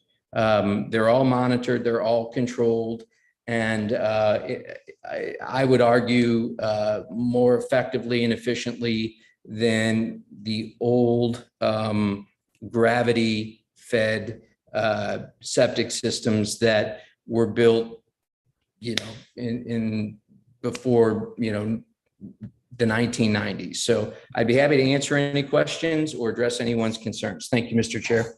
Thank you for your comments. Commissioner Cohn? If you could give me a yes or no answer. Has a percolation test been done on each of the lots? Yes or no? Percolation test, sir, is not required anymore. It's now different. It's a soils morphology report. So a percolation test would test. So the answer is no. Thank you. Sir, if I may, in order to get a permit anymore, you do a soils morphology report that tests the soil's ability for oxygen to pass through it to help deal with the aeration of the bacteria. A percolation report tests how quickly effluent or liquid seeps into the ground. So we don't do, and we haven't over the last 5 years done percolation reports. It's a soils morphology test. And we have done soils morphology tests. And those are the tests that indicated we would do the proper Answered my system for this question. property Thank is you a very good much. effluent irrigation system. All right, thank you. Is there anyone from the public who would like to speak on this? I know there's someone earlier, and I believe it was the Hayes family. Mr. Chair, I promoted the representative from the Hayes family.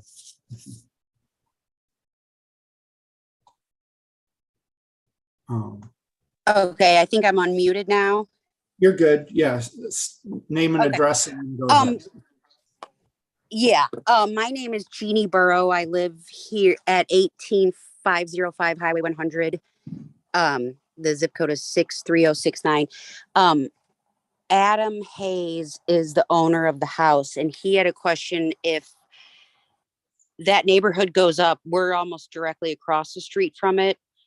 Is it going to impact our water level, the well water we use? Are we going to have to dig deeper for that? Or has anybody considered it?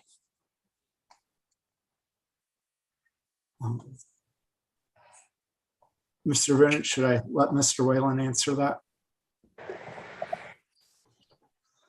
Mr. Chair, I believe he is the best source of information relative to his intent. Mr. Whalen? Thank you, ma'am, for the question. St. Louis County Plumbing Ordinance requires that a well be located a minimum of 100 feet away from a septic drainage field of any sort. So it is, and that's under the International Residential Building Code. So the only septic system that you need to be concerned about for your well, your private water system, is anything that's within 100 lineal feet of your property. With these drip systems, the water remains on the property. With the centralized system, the water is discharged and can wind up anywhere the creek takes it. So in this instance, I can unequivocally tell you that unless your well is within 100 linear feet of any of these systems, it would not be affected. And nor would St. Louis County give us a permit to install one, nor would Wildwood give us a permit. I believe her question was more about the depth of her well than would this development affect the water table enough? No, sir, not at all. Not at all. An average well in Missouri is 400 feet deep. A lot of wells in Wildwood are 600 feet deep. And let's just say an average septic field, 40 feet by 80 feet. The water is absorbed once it gets down about 25, 30 feet into what are called soil pores. And it's held there, and that's about the saturation level of water. So the aquifers and the underground rivers that we deal with really have very little to do with our rainwater, and almost everything to do with our springs and our rivers and our tributaries. That's what makes these systems so much more environmentally friendly, because they do not discharge over land into tributaries. All right, thank you. Cecil, you're next. Mr. Chair, while we promote that particular individual, I will say that there will be 13 new ground potable water wells on that site if the project moves forward. And so from that perspective, there will be more draw on the aquifer. Will it impact the older wells? It's hard to say, but certainly we'll research that and try to get a better answer. All right, thank you. All right. Okay, Cecil, state your name and address and go ahead. This is actually Cecil's wife. I'm Mary Pat Corbett. We live at 3716 Allenton Road. And the question I have for you is actually regarding the aroma from both of these types of systems. Could you please comment on the level and or scheduling of the drip irrigation itself versus a conventional, and any changes or differences in the amount of aroma that's actually generated? Thank you. Absolutely, ma'am. Thank you for your question. So a centralized activated sludge system is more often than not has elements that are above ground level. They're typically fenced off areas, and there's different types of systems, ma'am. Some require heavy chlorination, some require so the drip irrigation system is your septic water, your effluent, your gray water, your wastewater dripping in small amounts into the earth on a regular schedule. Everything is subterranean. That's why the question before about the soil's morphology, you have to cover up the drainage field with soil that accepts oxygen very well. And so it minimizes the negative odors or the offensive odors from a typical centralized system, which tends to be larger and does have elements that can be above ground, and during the maintenance of those elements can cause noxious odors from time to time. So if you could just think about it, little drips being managed throughout the day on a timer or a sewer plant, basically. And sewer plants have gotten better over time as well, but they are still large, they are visible, and they do have an odor. So a drip effluent system would be considerably more effective in mitigating and abating noxious odors, ma'am. Thank you. Mayor Boland. Yeah, so what I'm getting ready to ask is, or to say, is not in any way intended to indicate that we don't want to hear from people who have joined this meeting, but I'm not sure that it is permissible for people who want to speak at a public hearing to be asking questions directly of the petitioner. I think that may be within the purview of the commission. Our city attorney is with us. He can avert that, but I think that the procedure is such that, which we obviously need to follow, that it may not allow for that. And I would ask the city attorney to comment on that. I could be right or wrong, but. Yeah, my suggestion would be that all comments be directed to the commission. Right. Not to the individual applicant. If the commission wishes to follow through with that question to the applicant, that's at the commission's discretion. All right, thank you. And then it looks like the Ms. Hayes had another question, so let me go ahead and promote her. Let's go ahead and promote her back, and then we'll go ahead and close out this public hearing unless anyone else has further questions.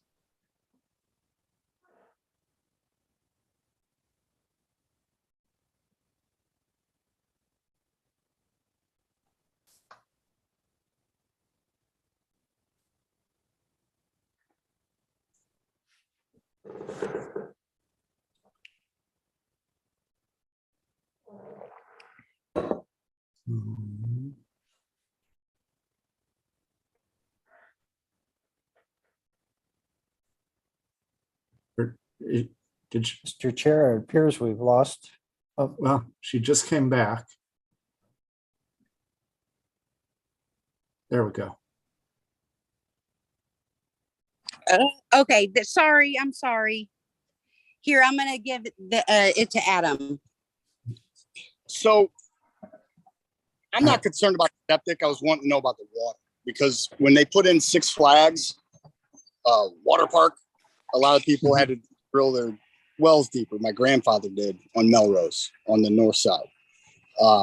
With these 13 homes, we're talking about the Whalen custom homes. Is this what he was talking about? Yes. Are we on the same page? We are. All right. So, all right. So there's 13 houses. I can guarantee they're all going to have irrigation, and some will probably have pools if that's allowed. If that water table goes down, then as a homeowner here across the street, am I SOL, or is that something they consider helping surrounding neighbors out? Because this house is. Mr. Vinich or Mayor Bowen, is that something they have any recourse? Well, I didn't want to cut Mr. Hayes off if he was done. I just had a suggestion that might work to facilitate the issues of water table. But if Mr. Hayes is done, I'm happy to go forward. So. Yeah, I just want to know what. Yeah, can you still hear me? Yes. Yeah. Okay. Yeah, so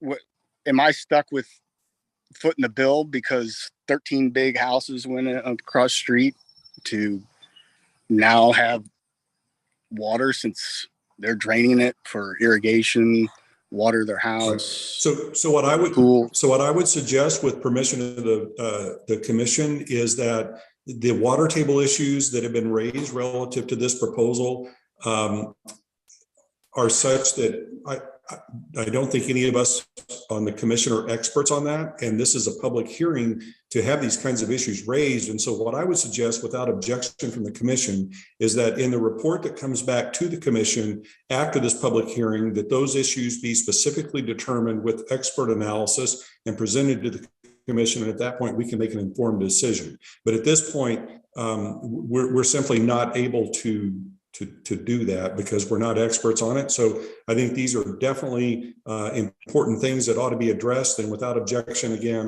that's what I would ask occur. Thanks. Right. I don't want to hear any more about his septic system. I feel like I've got a. And that as well. Patch. All right. You know, I just wanted to know about the water. Okay, so that would be, without objection, that would be included as well. Commissioner Broyles. All right. Yeah. All right. Thank you for your comments, Mr. Hayes. Thank you. Go ahead. You're muted.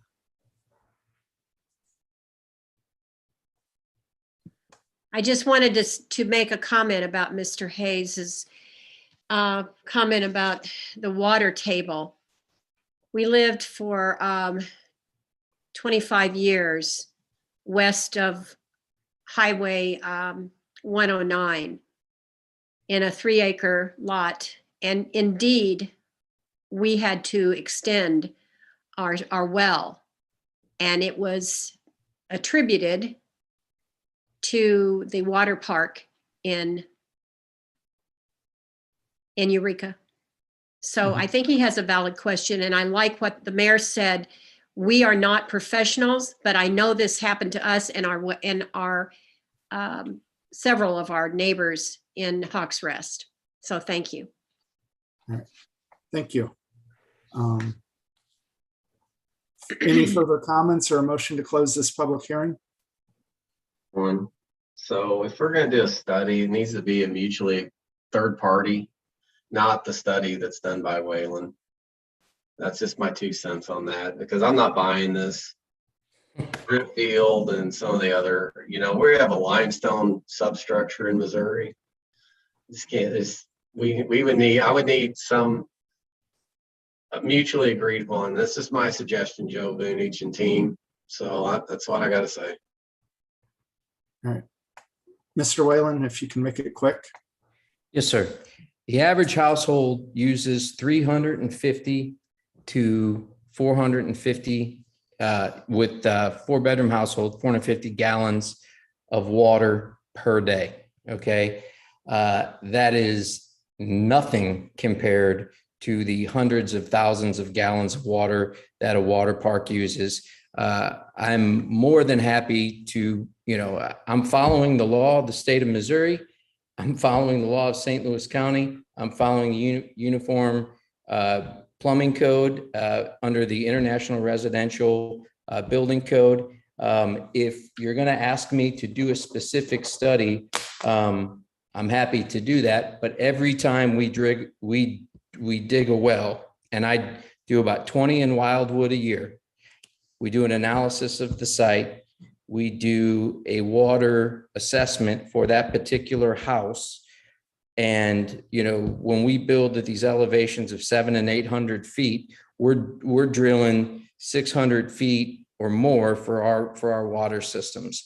So, I'm happy to do any study that, it doesn't matter if anybody's buying it or not. It either is true and within the law, or it's not. This is if I'm happy to do any sort of aquifer analysis and do some test drilling about the adequacy of the water table for our proposed developments.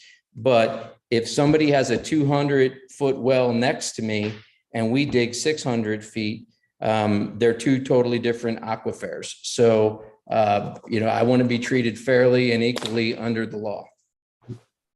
Commissioner Helfrey. Thank you. So I would like to make a motion to close the hearing with the caveat that I would also like, I would like to put on the record that we asked Mr. Vunich to get us a study of the water wells, not to impugn anybody's integrity, just so that we have correct information so that we can do our due diligence. And so I make a motion to close the hearing. Thank you. I did notice Mr. John Kruger raised his hand here at the last minute. So let's bring him in and then we can close it.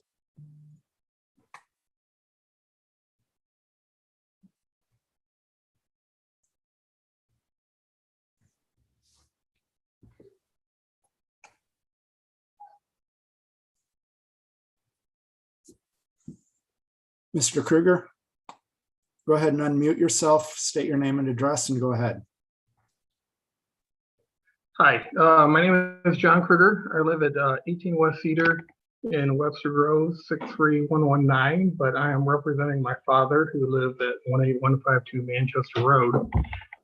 And my question is, if this goes through with a one system plan instead of the individual septic tanks, where on the property would that be located at?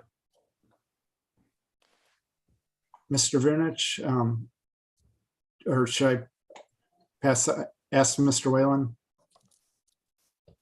Mr. Chair, if a centralized wastewater treatment plant is required, it has to be either in an easement to the benefit of the homeowners association or common ground.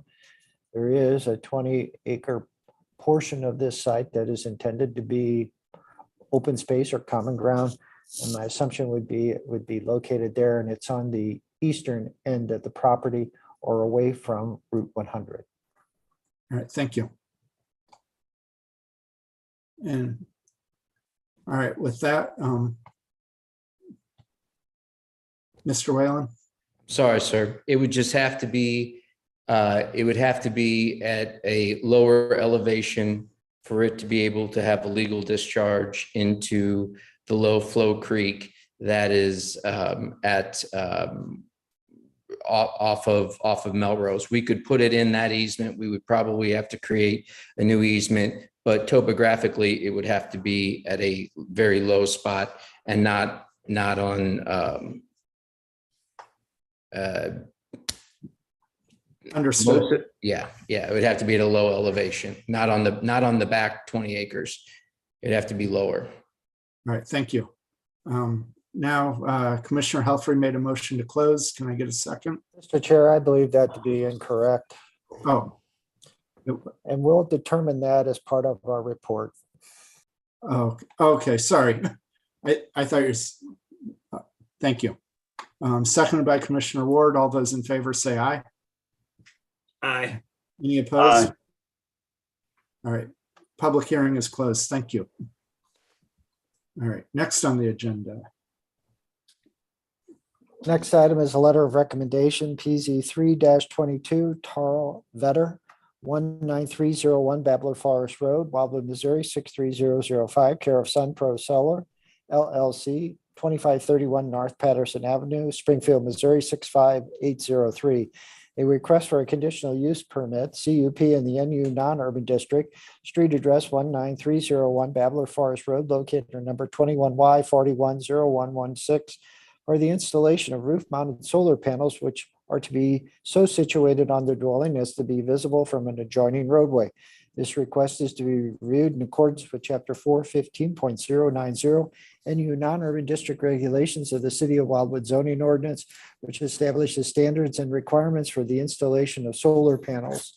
The requested permit is required due to the panel's placement on the side-facing area of the roofs of the dwelling, thereby causing them to be visible from the adjoining roadway. This particular property is located in Ward 1. Thank you. Thank you, Mr. Vunich. Mr. Newberry?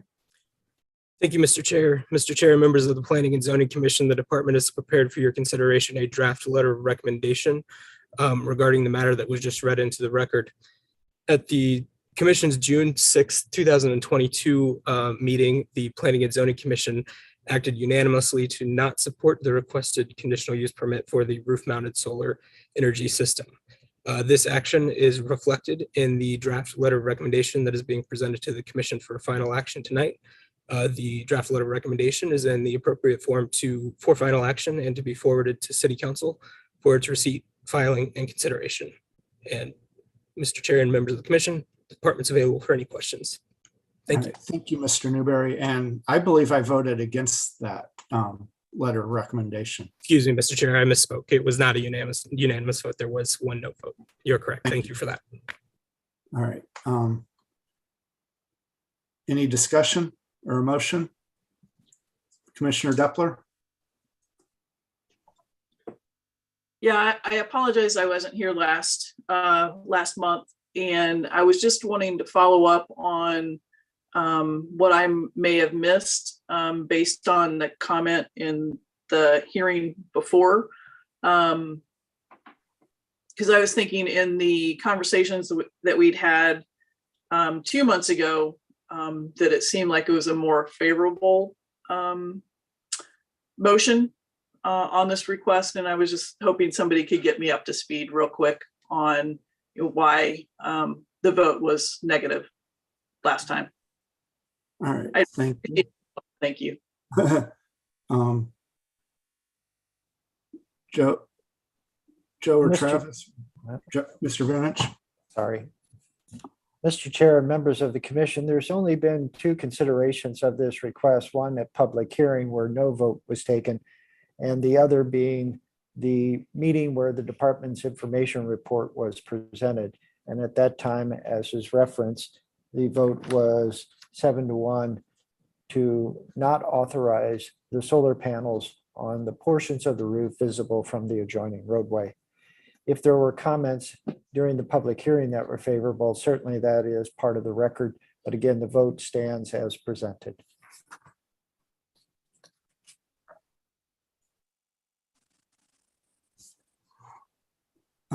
Commissioner Jackson, I saw your hand first.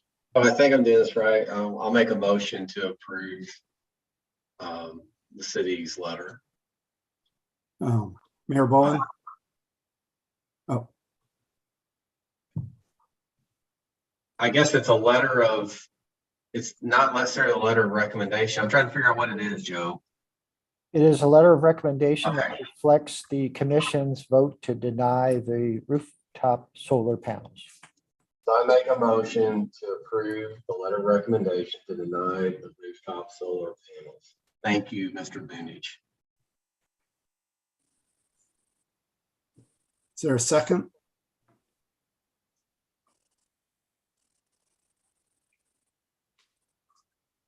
Mayor Bowen? All right. Any further discussion?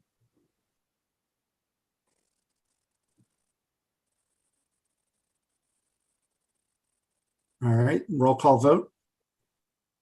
Commissioner Hofre, Yes. Commissioner Ward, Yes. Commissioner Cohn, Yes. Commissioner Broyles, Yes. Commissioner Clayton, Yes. Commissioner Depler, No. Commissioner Jackson, Yes. Chair Beatty, No. Mayor Boland. Yes. Six All to right, two. motion carries 6-2, right? Correct. All right, let's see. Next on the agenda, let's see, PC 39-94.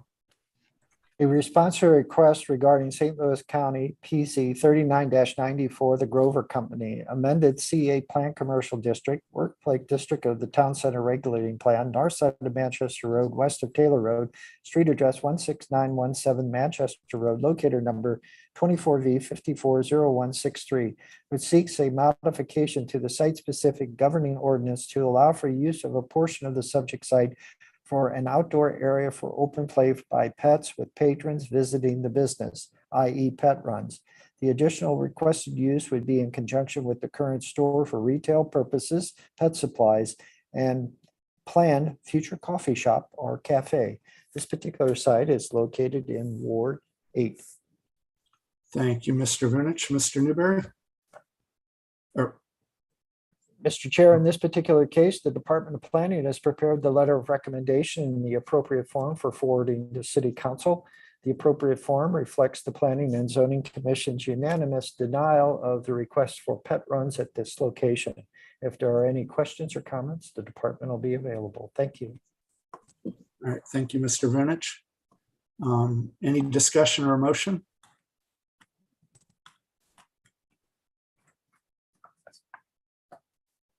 Oh, Commissioner Helfrey?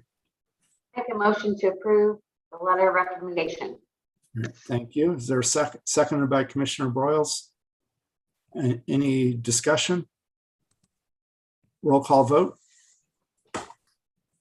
Commissioner Ward, Yes. Commissioner Cohn, Yes. Commissioner Broyles, Yes. Commissioner Clayton, Yes. Commissioner Depler, No. Commissioner Jackson, Yes. Commissioner Hofre, Yes. Chair Beatty, Yes. Mayor Boland. Yes. Thank you.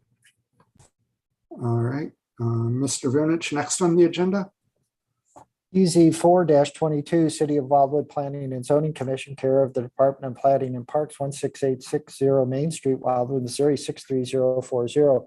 A request for a change in zoning of a 26.75 acre parcel of ground generally located on the west side of Hankin Road, south of its intersection with State Route 100.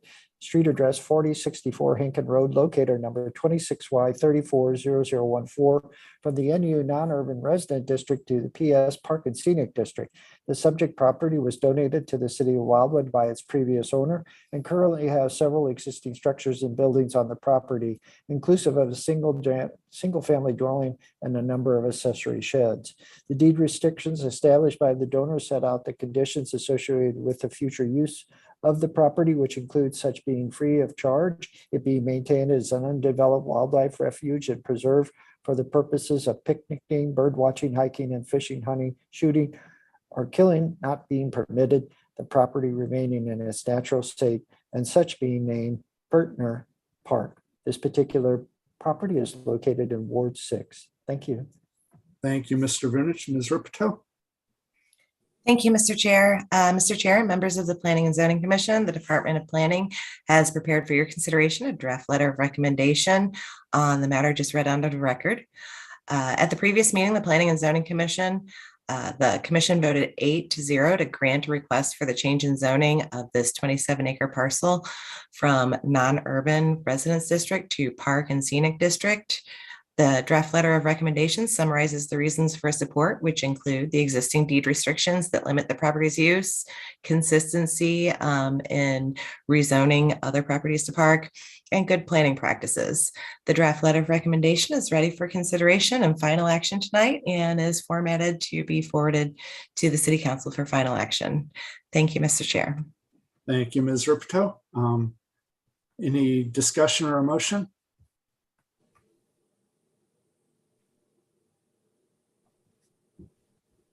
Commissioner Cohn? Motion to approve. All right, can I get a second? Seconded by Commissioner Depler. Any further discussion? All right, seeing none, roll call vote. Commissioner Broyles, Yes. Commissioner Clayton,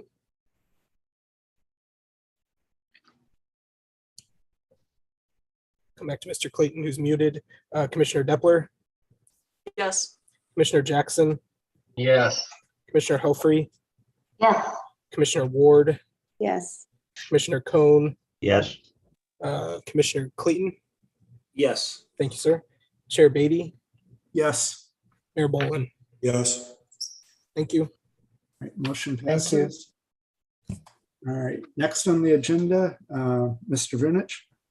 An information report, PZ 7-22, City of Wildwood Planning and Zoning Commission, care of the Department of Planning, City Hall, 16860 Main Street, Wildwood, Missouri, 63040.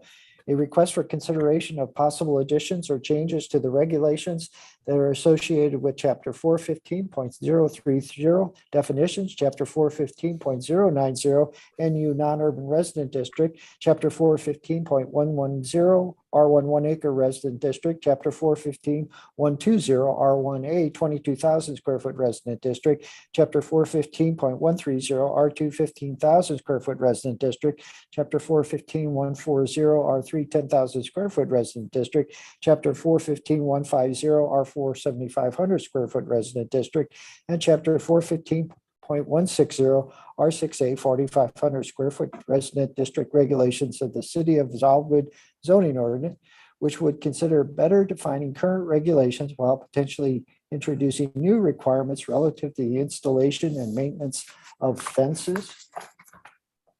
Turn the page. Throughout this community to ensure limited impacts on adjoining property owners as well as addressing safety considerations for the same. These particular regulations are associated with all wards. Thank you. Thank you, Mr. Vunich. Ms. Ripito? Thank you, Mr. Chair. Mayor Boland appears. That's okay. Go ahead. Okay, sorry, my apologies. Thank you, Mr. Chair, and members of the Planning and Zoning Commission. The Department of Planning is prepared for your consideration and information report on the matter just read onto the record pertaining to the city's fence regulations. At the request of the City Council and as advised by the City Attorney, the subject of the city's fence regulations or lack of have been an ongoing discussion at the Planning and Parks Committee since late 2021. As it stands, the city currently only regulates fences over 6 feet in height outside of town center unless otherwise specified in the site-specific ordinances, and minimal regulations within town center. Many subdivisions have indentures that regulate fences, but there are some that don't, and some subdivisions that don't have regulations, and some that don't have homeowners associations altogether.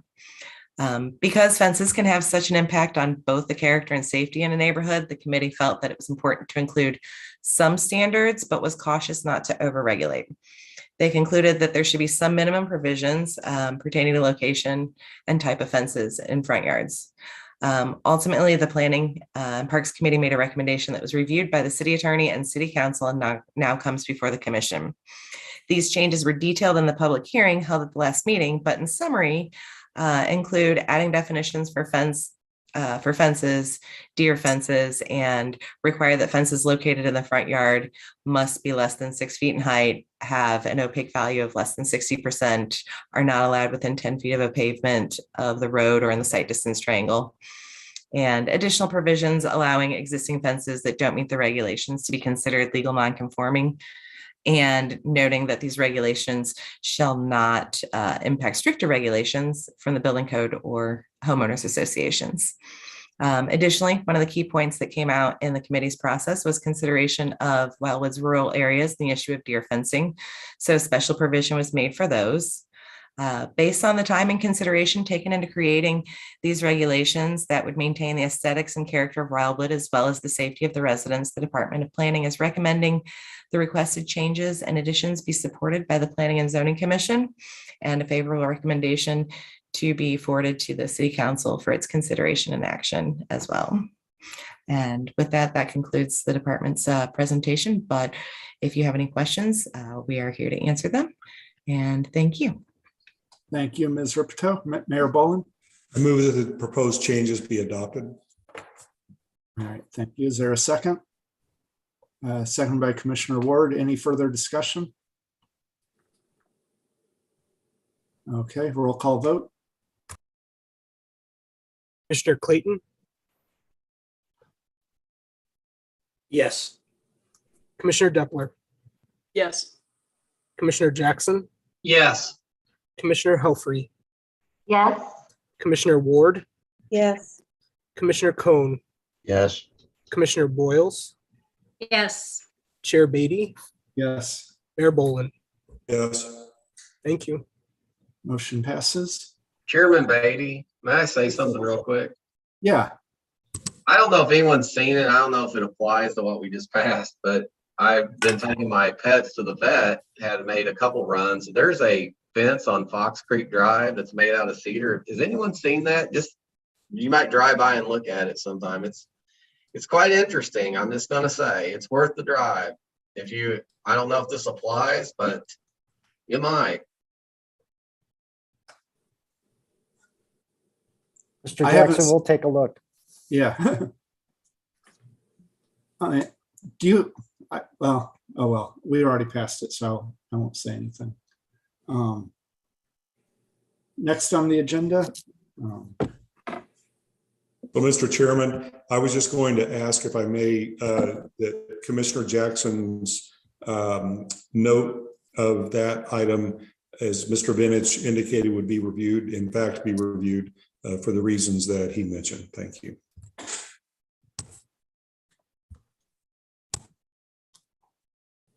Okay. Let's see. Mr. Chair, a recommendation report of the Department of Planning to the Planning and Zoning Commission regarding architectural elevations and an amended site development plan, ASDP, for St. Louis County's PZ 26-91 New Community Church, amended CA Plan Commercial District, Workplace District of the Town Center Regulating Plan, north side of Manchester Road, west of the Taylor Road roundabout, that supports the design and architecture of this proposed 4,650 square foot building expansion and the amendments to the current approved site development plan, SDP, to accommodate it on this 3.7 acre tract of land. This particular property is located in Ward 8. Thank you, Mr. Vunich. Let's see here, Ms. Ripito. Or wait a minute. Mr. Chair, Yes, sir. the Department of Planning is recommending the architectural elevations as well as the amended site development plan for this particular expansion. The expansion is to occur to the north of the existing building or to its rear. The Architectural Review Board of the City of Wildwood reviewed the elevations and materials at its meeting this past Thursday, and the Architectural Review Board approved it. The site development plan has been under review by the Department of Public Works and the Department of Planning. Issues that were identified have been addressed, and so therefore tonight, the department is recommending approval of both items. Thank you. Thank you, Mr. Vunich. Mayor Boland. So relative to those elevations, Joe, I've looked through the material. I could have missed it. I see two-dimensional drawings, and I'm not suggesting I'm opposed to this, but I'm seeing the two-dimensional drawings and some photographs, but I don't see, and I see sort of a drawing of the addition, but I guess I'm just not. Well, let me ask this as a question, if I may. Can you please direct me to the representation of what, once constructed, this will look like as an elevation three-dimensionally in the material we've been provided. Mr. Chair, with your permission to the mayor, Ms. Ripito was involved at the hearing, or excuse me, the meeting of the Architectural Review Board this past Thursday. I would prefer if she could answer that for me. Thank you. That's fine. Ms. Ripito? If you give me just one moment, I'm going to pull up the Architecture Review Board packet, and there were three-dimensional drawings included in that. I'm not positive if they were in this packet. Just one moment. There are some, it looks like page 46 of 51.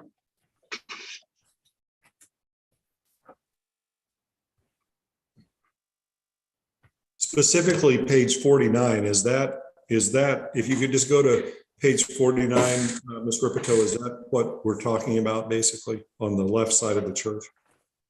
Sure.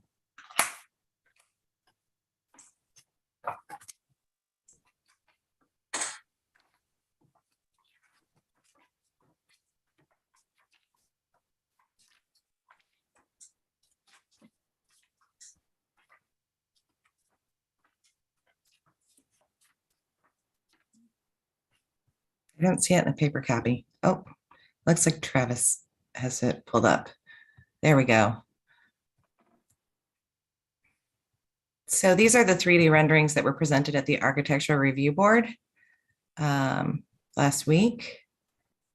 And these were approved. The color of the siding that's shown is slightly different and will be more matching, closer to the product. In fact, I actually have a piece of it here. So the tan will actually match it better, but yes, these are the 3D renderings.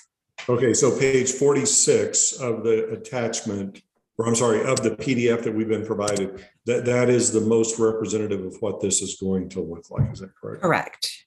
Okay. I'm sorry, page 49, not 46, 49.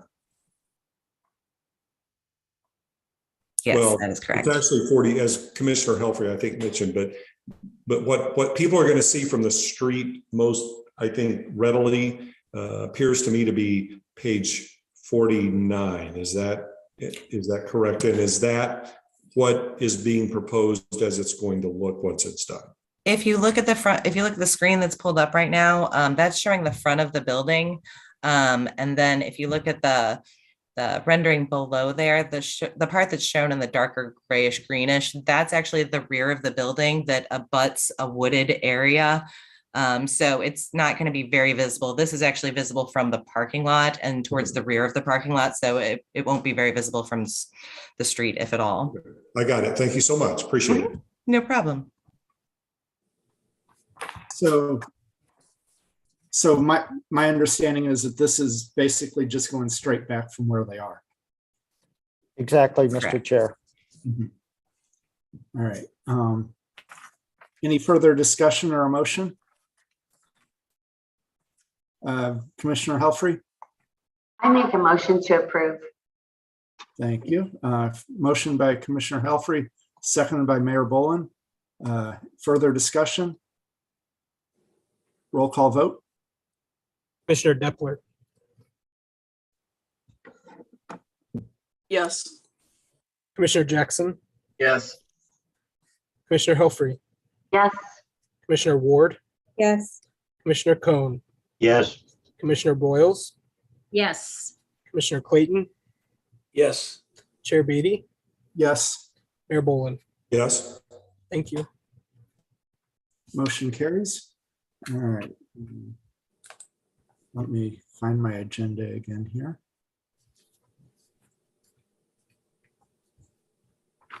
All right, so next on the agenda, Mayor Boland texted me and mentioned changing our July meetings in the future so that it's the first Tuesday, if 4th of July falls on a Monday, or that we move our meeting to Tuesday rather than having it 2 weeks later like we did this year. And I will let him elaborate if he would like to. Thank you, Mr. Chairman. So I did raise this. My understanding from speaking with Mr. Benich is that the decision from a prior group of commissioners was to have the July 1st meeting of the Planning and Zoning Commission one Monday later after the July 4th holiday.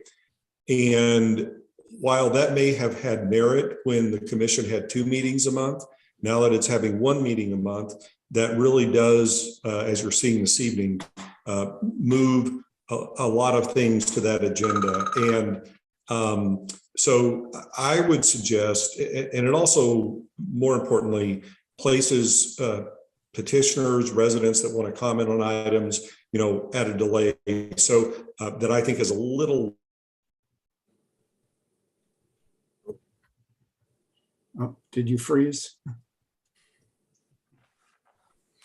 He's frozen. Steve Cross, get him some broadband. We have our meeting on the first Monday of the month or the following Tuesday. And I would make a motion to that effect for those reasons.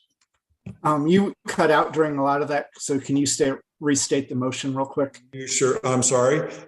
So as I was saying, I think that given the commission's schedule that it has now with 1 meeting a month, moving the July meeting as one of the only post-holiday meetings to the week after the holiday puts our residents at a disadvantage to some degree, because, and anyone else, frankly, who wants to comment on things, because it just adds extra time that we don't need to add.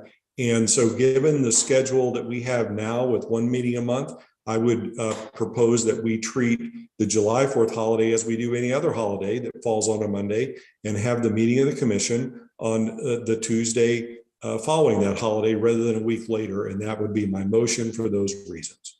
Thank you. Seconded. All right. Seconded by Commissioner Jackson, Commissioner Ward.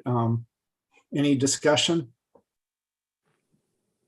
All those in favor say aye. Aye. Aye. Any opposed? Any abstentions? Motion carries. Thank you. So next year, yeah, although, let's see here, July 4th was on a Monday, so it'll be on a how will that work next year? I guess City Hall will be open on July 3rd, Monday, right?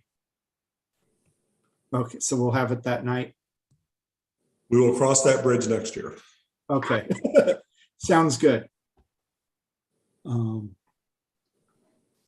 So next on the agenda, request to post for a public hearing process regarding the subdivision and development regulations, 60-day window for recording of plats approved by the City Council. Mr. Vunich. Thank you, Mr. Chair. Mr. Chair and members of the commission, in our subdivision and development regulations, there's a requirement that once a plat is approved by a city council, the applicant has 60 days to record it with St. Louis County. What we're finding during COVID and now post-COVID is that those timeframes are no longer appropriate. And so the department is respectfully requesting the authorization to post that particular item as quickly as possible to address it to the benefit of the city council, but more importantly, our property owners out in the city of Wildwood that undertake subdivision activity. The department will respectfully request a motion second and voice vote to allow the posting. Thank you. Thank you. Is there a motion or any discussion? Commissioner Helfrey? I'll make a motion to approve the city's recommendation on that, to post it. Thank you. And seconded by Commissioner Broyles. Any discussion? All those in favor say aye. Aye. Any opposed? Any abstentions? Motion carries. Thank you. Thank you. All right. Next, consideration of a site plan subcommittee meeting of the Planning and Zoning Commission, proposed date of August 1st, 2022 at 5 o'clock, and a work session on August 15th on the Tree Preservation and Restoration Code of the City of Wildwood. Mr. Vunich. Thank you again, Mr. Chair. Mr. Chair, and members of the commission, we have an item that is ready for the site plan subcommittee 2 weeks from tonight. And under bylaws of the commission, 4 members of the Planning and Zoning Commission form that site plan subcommittee. So the department was hoping to schedule it at 5 o'clock if there is no objection.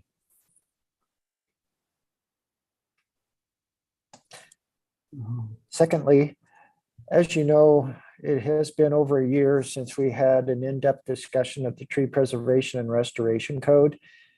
The department is at a stage in its research that it would like to present some of the details and recommendations that it would like to proceed with in terms of a formal recommendation. Since the commission is only meeting once a month, we thought maybe the August 15th date would be a good time to hold a work session. And that work session could be at the discretion of the commission in terms of time. Thank you. Is there any comments on either of these? Is 5 o'clock too early for the site plan subcommittee? Well, certainly we can move it back to 5:15, but I would be hesitant to do 5:30 since we start at 6 o'clock. So 5:15 would be workable if that's better for everyone.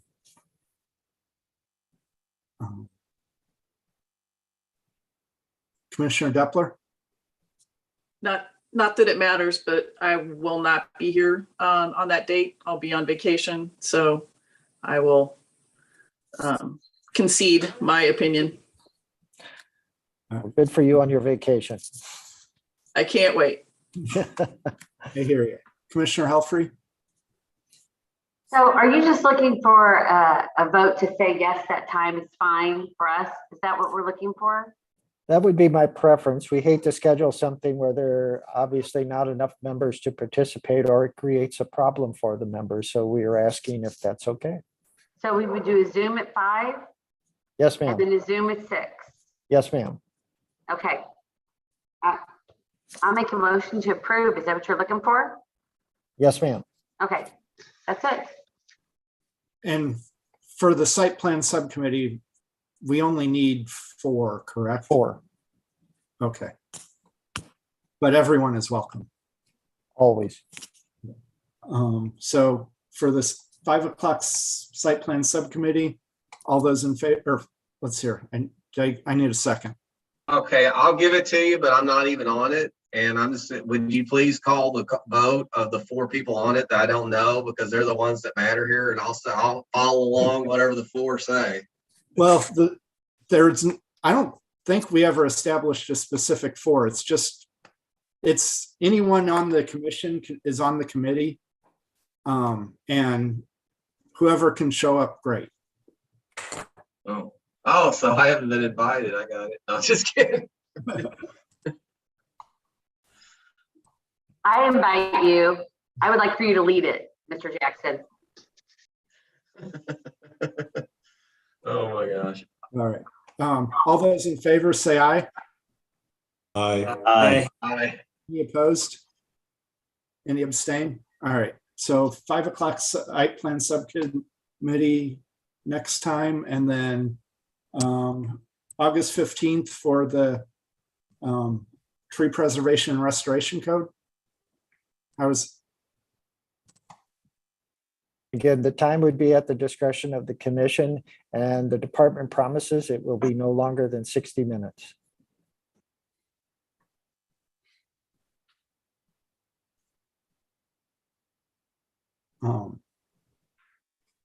What's everyone's thoughts? No. Are you looking for a time suggestion again? Well, certainly if the commission has a preference, I'd like to hear that. Otherwise, we could do it late afternoon or at our normal time of 6 o'clock. So that's a night that we don't have a meeting. And Correct. I'm thinking that the reason that we do these via Zoom and at 6 o'clock is because many of our commissioners work and this is the easiest for them. So I would say, in my opinion, that we should not go any earlier than 6 o'clock on the 15th. If people can't make it then. I agree with that. It's certainly fine with the department. Anything that works for the commission works for us. All right, all those in favor of August 15th at 6 o'clock? Or first motion and a second. I'll make the motion. All right. I'll second. Second, motion by Commissioner Helfrey, second by Commissioner Broyles. I saw her first. All those in favor say aye. Aye. Aye. Opposed? Any abstain? All right, Will that motion- also be a Zoom? I should have asked that. Okay, thank you. And last on the agenda, nominating committee for 2022-2023 commission year and its officers. So I guess before I start this, are there going to be any retirements or new people coming aboard? Can you comment on that, Mayor Bowen?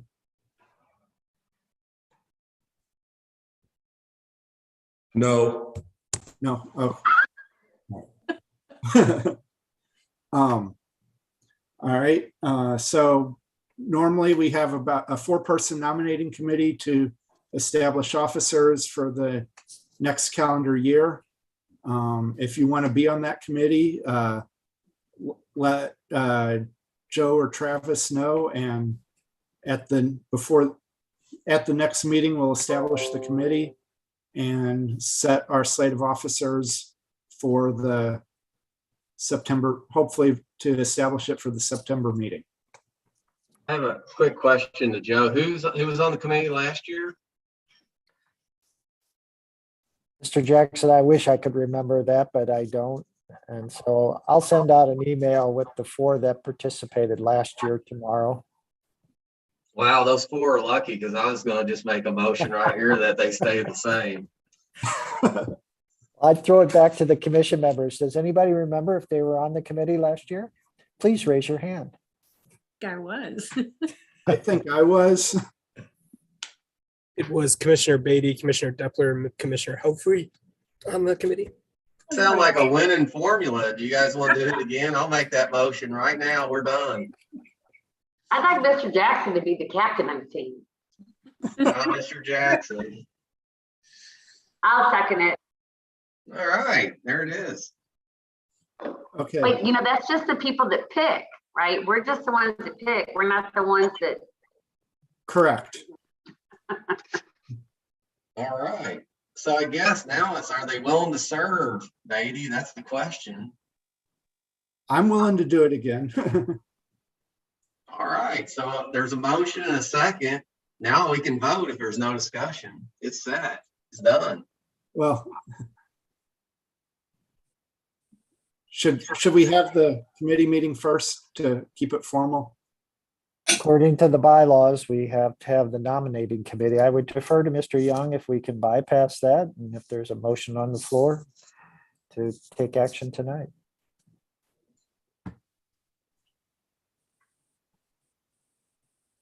I'm sorry, my laptop just flipped over when I tried to press the button, jumping to it. No, we do need to go through the same process with the nominating committee. We do need to follow our bylaws. Okay. All right, so Agenda either, so we wouldn't be able to do it. So motion to table the motion, then we're done. all right.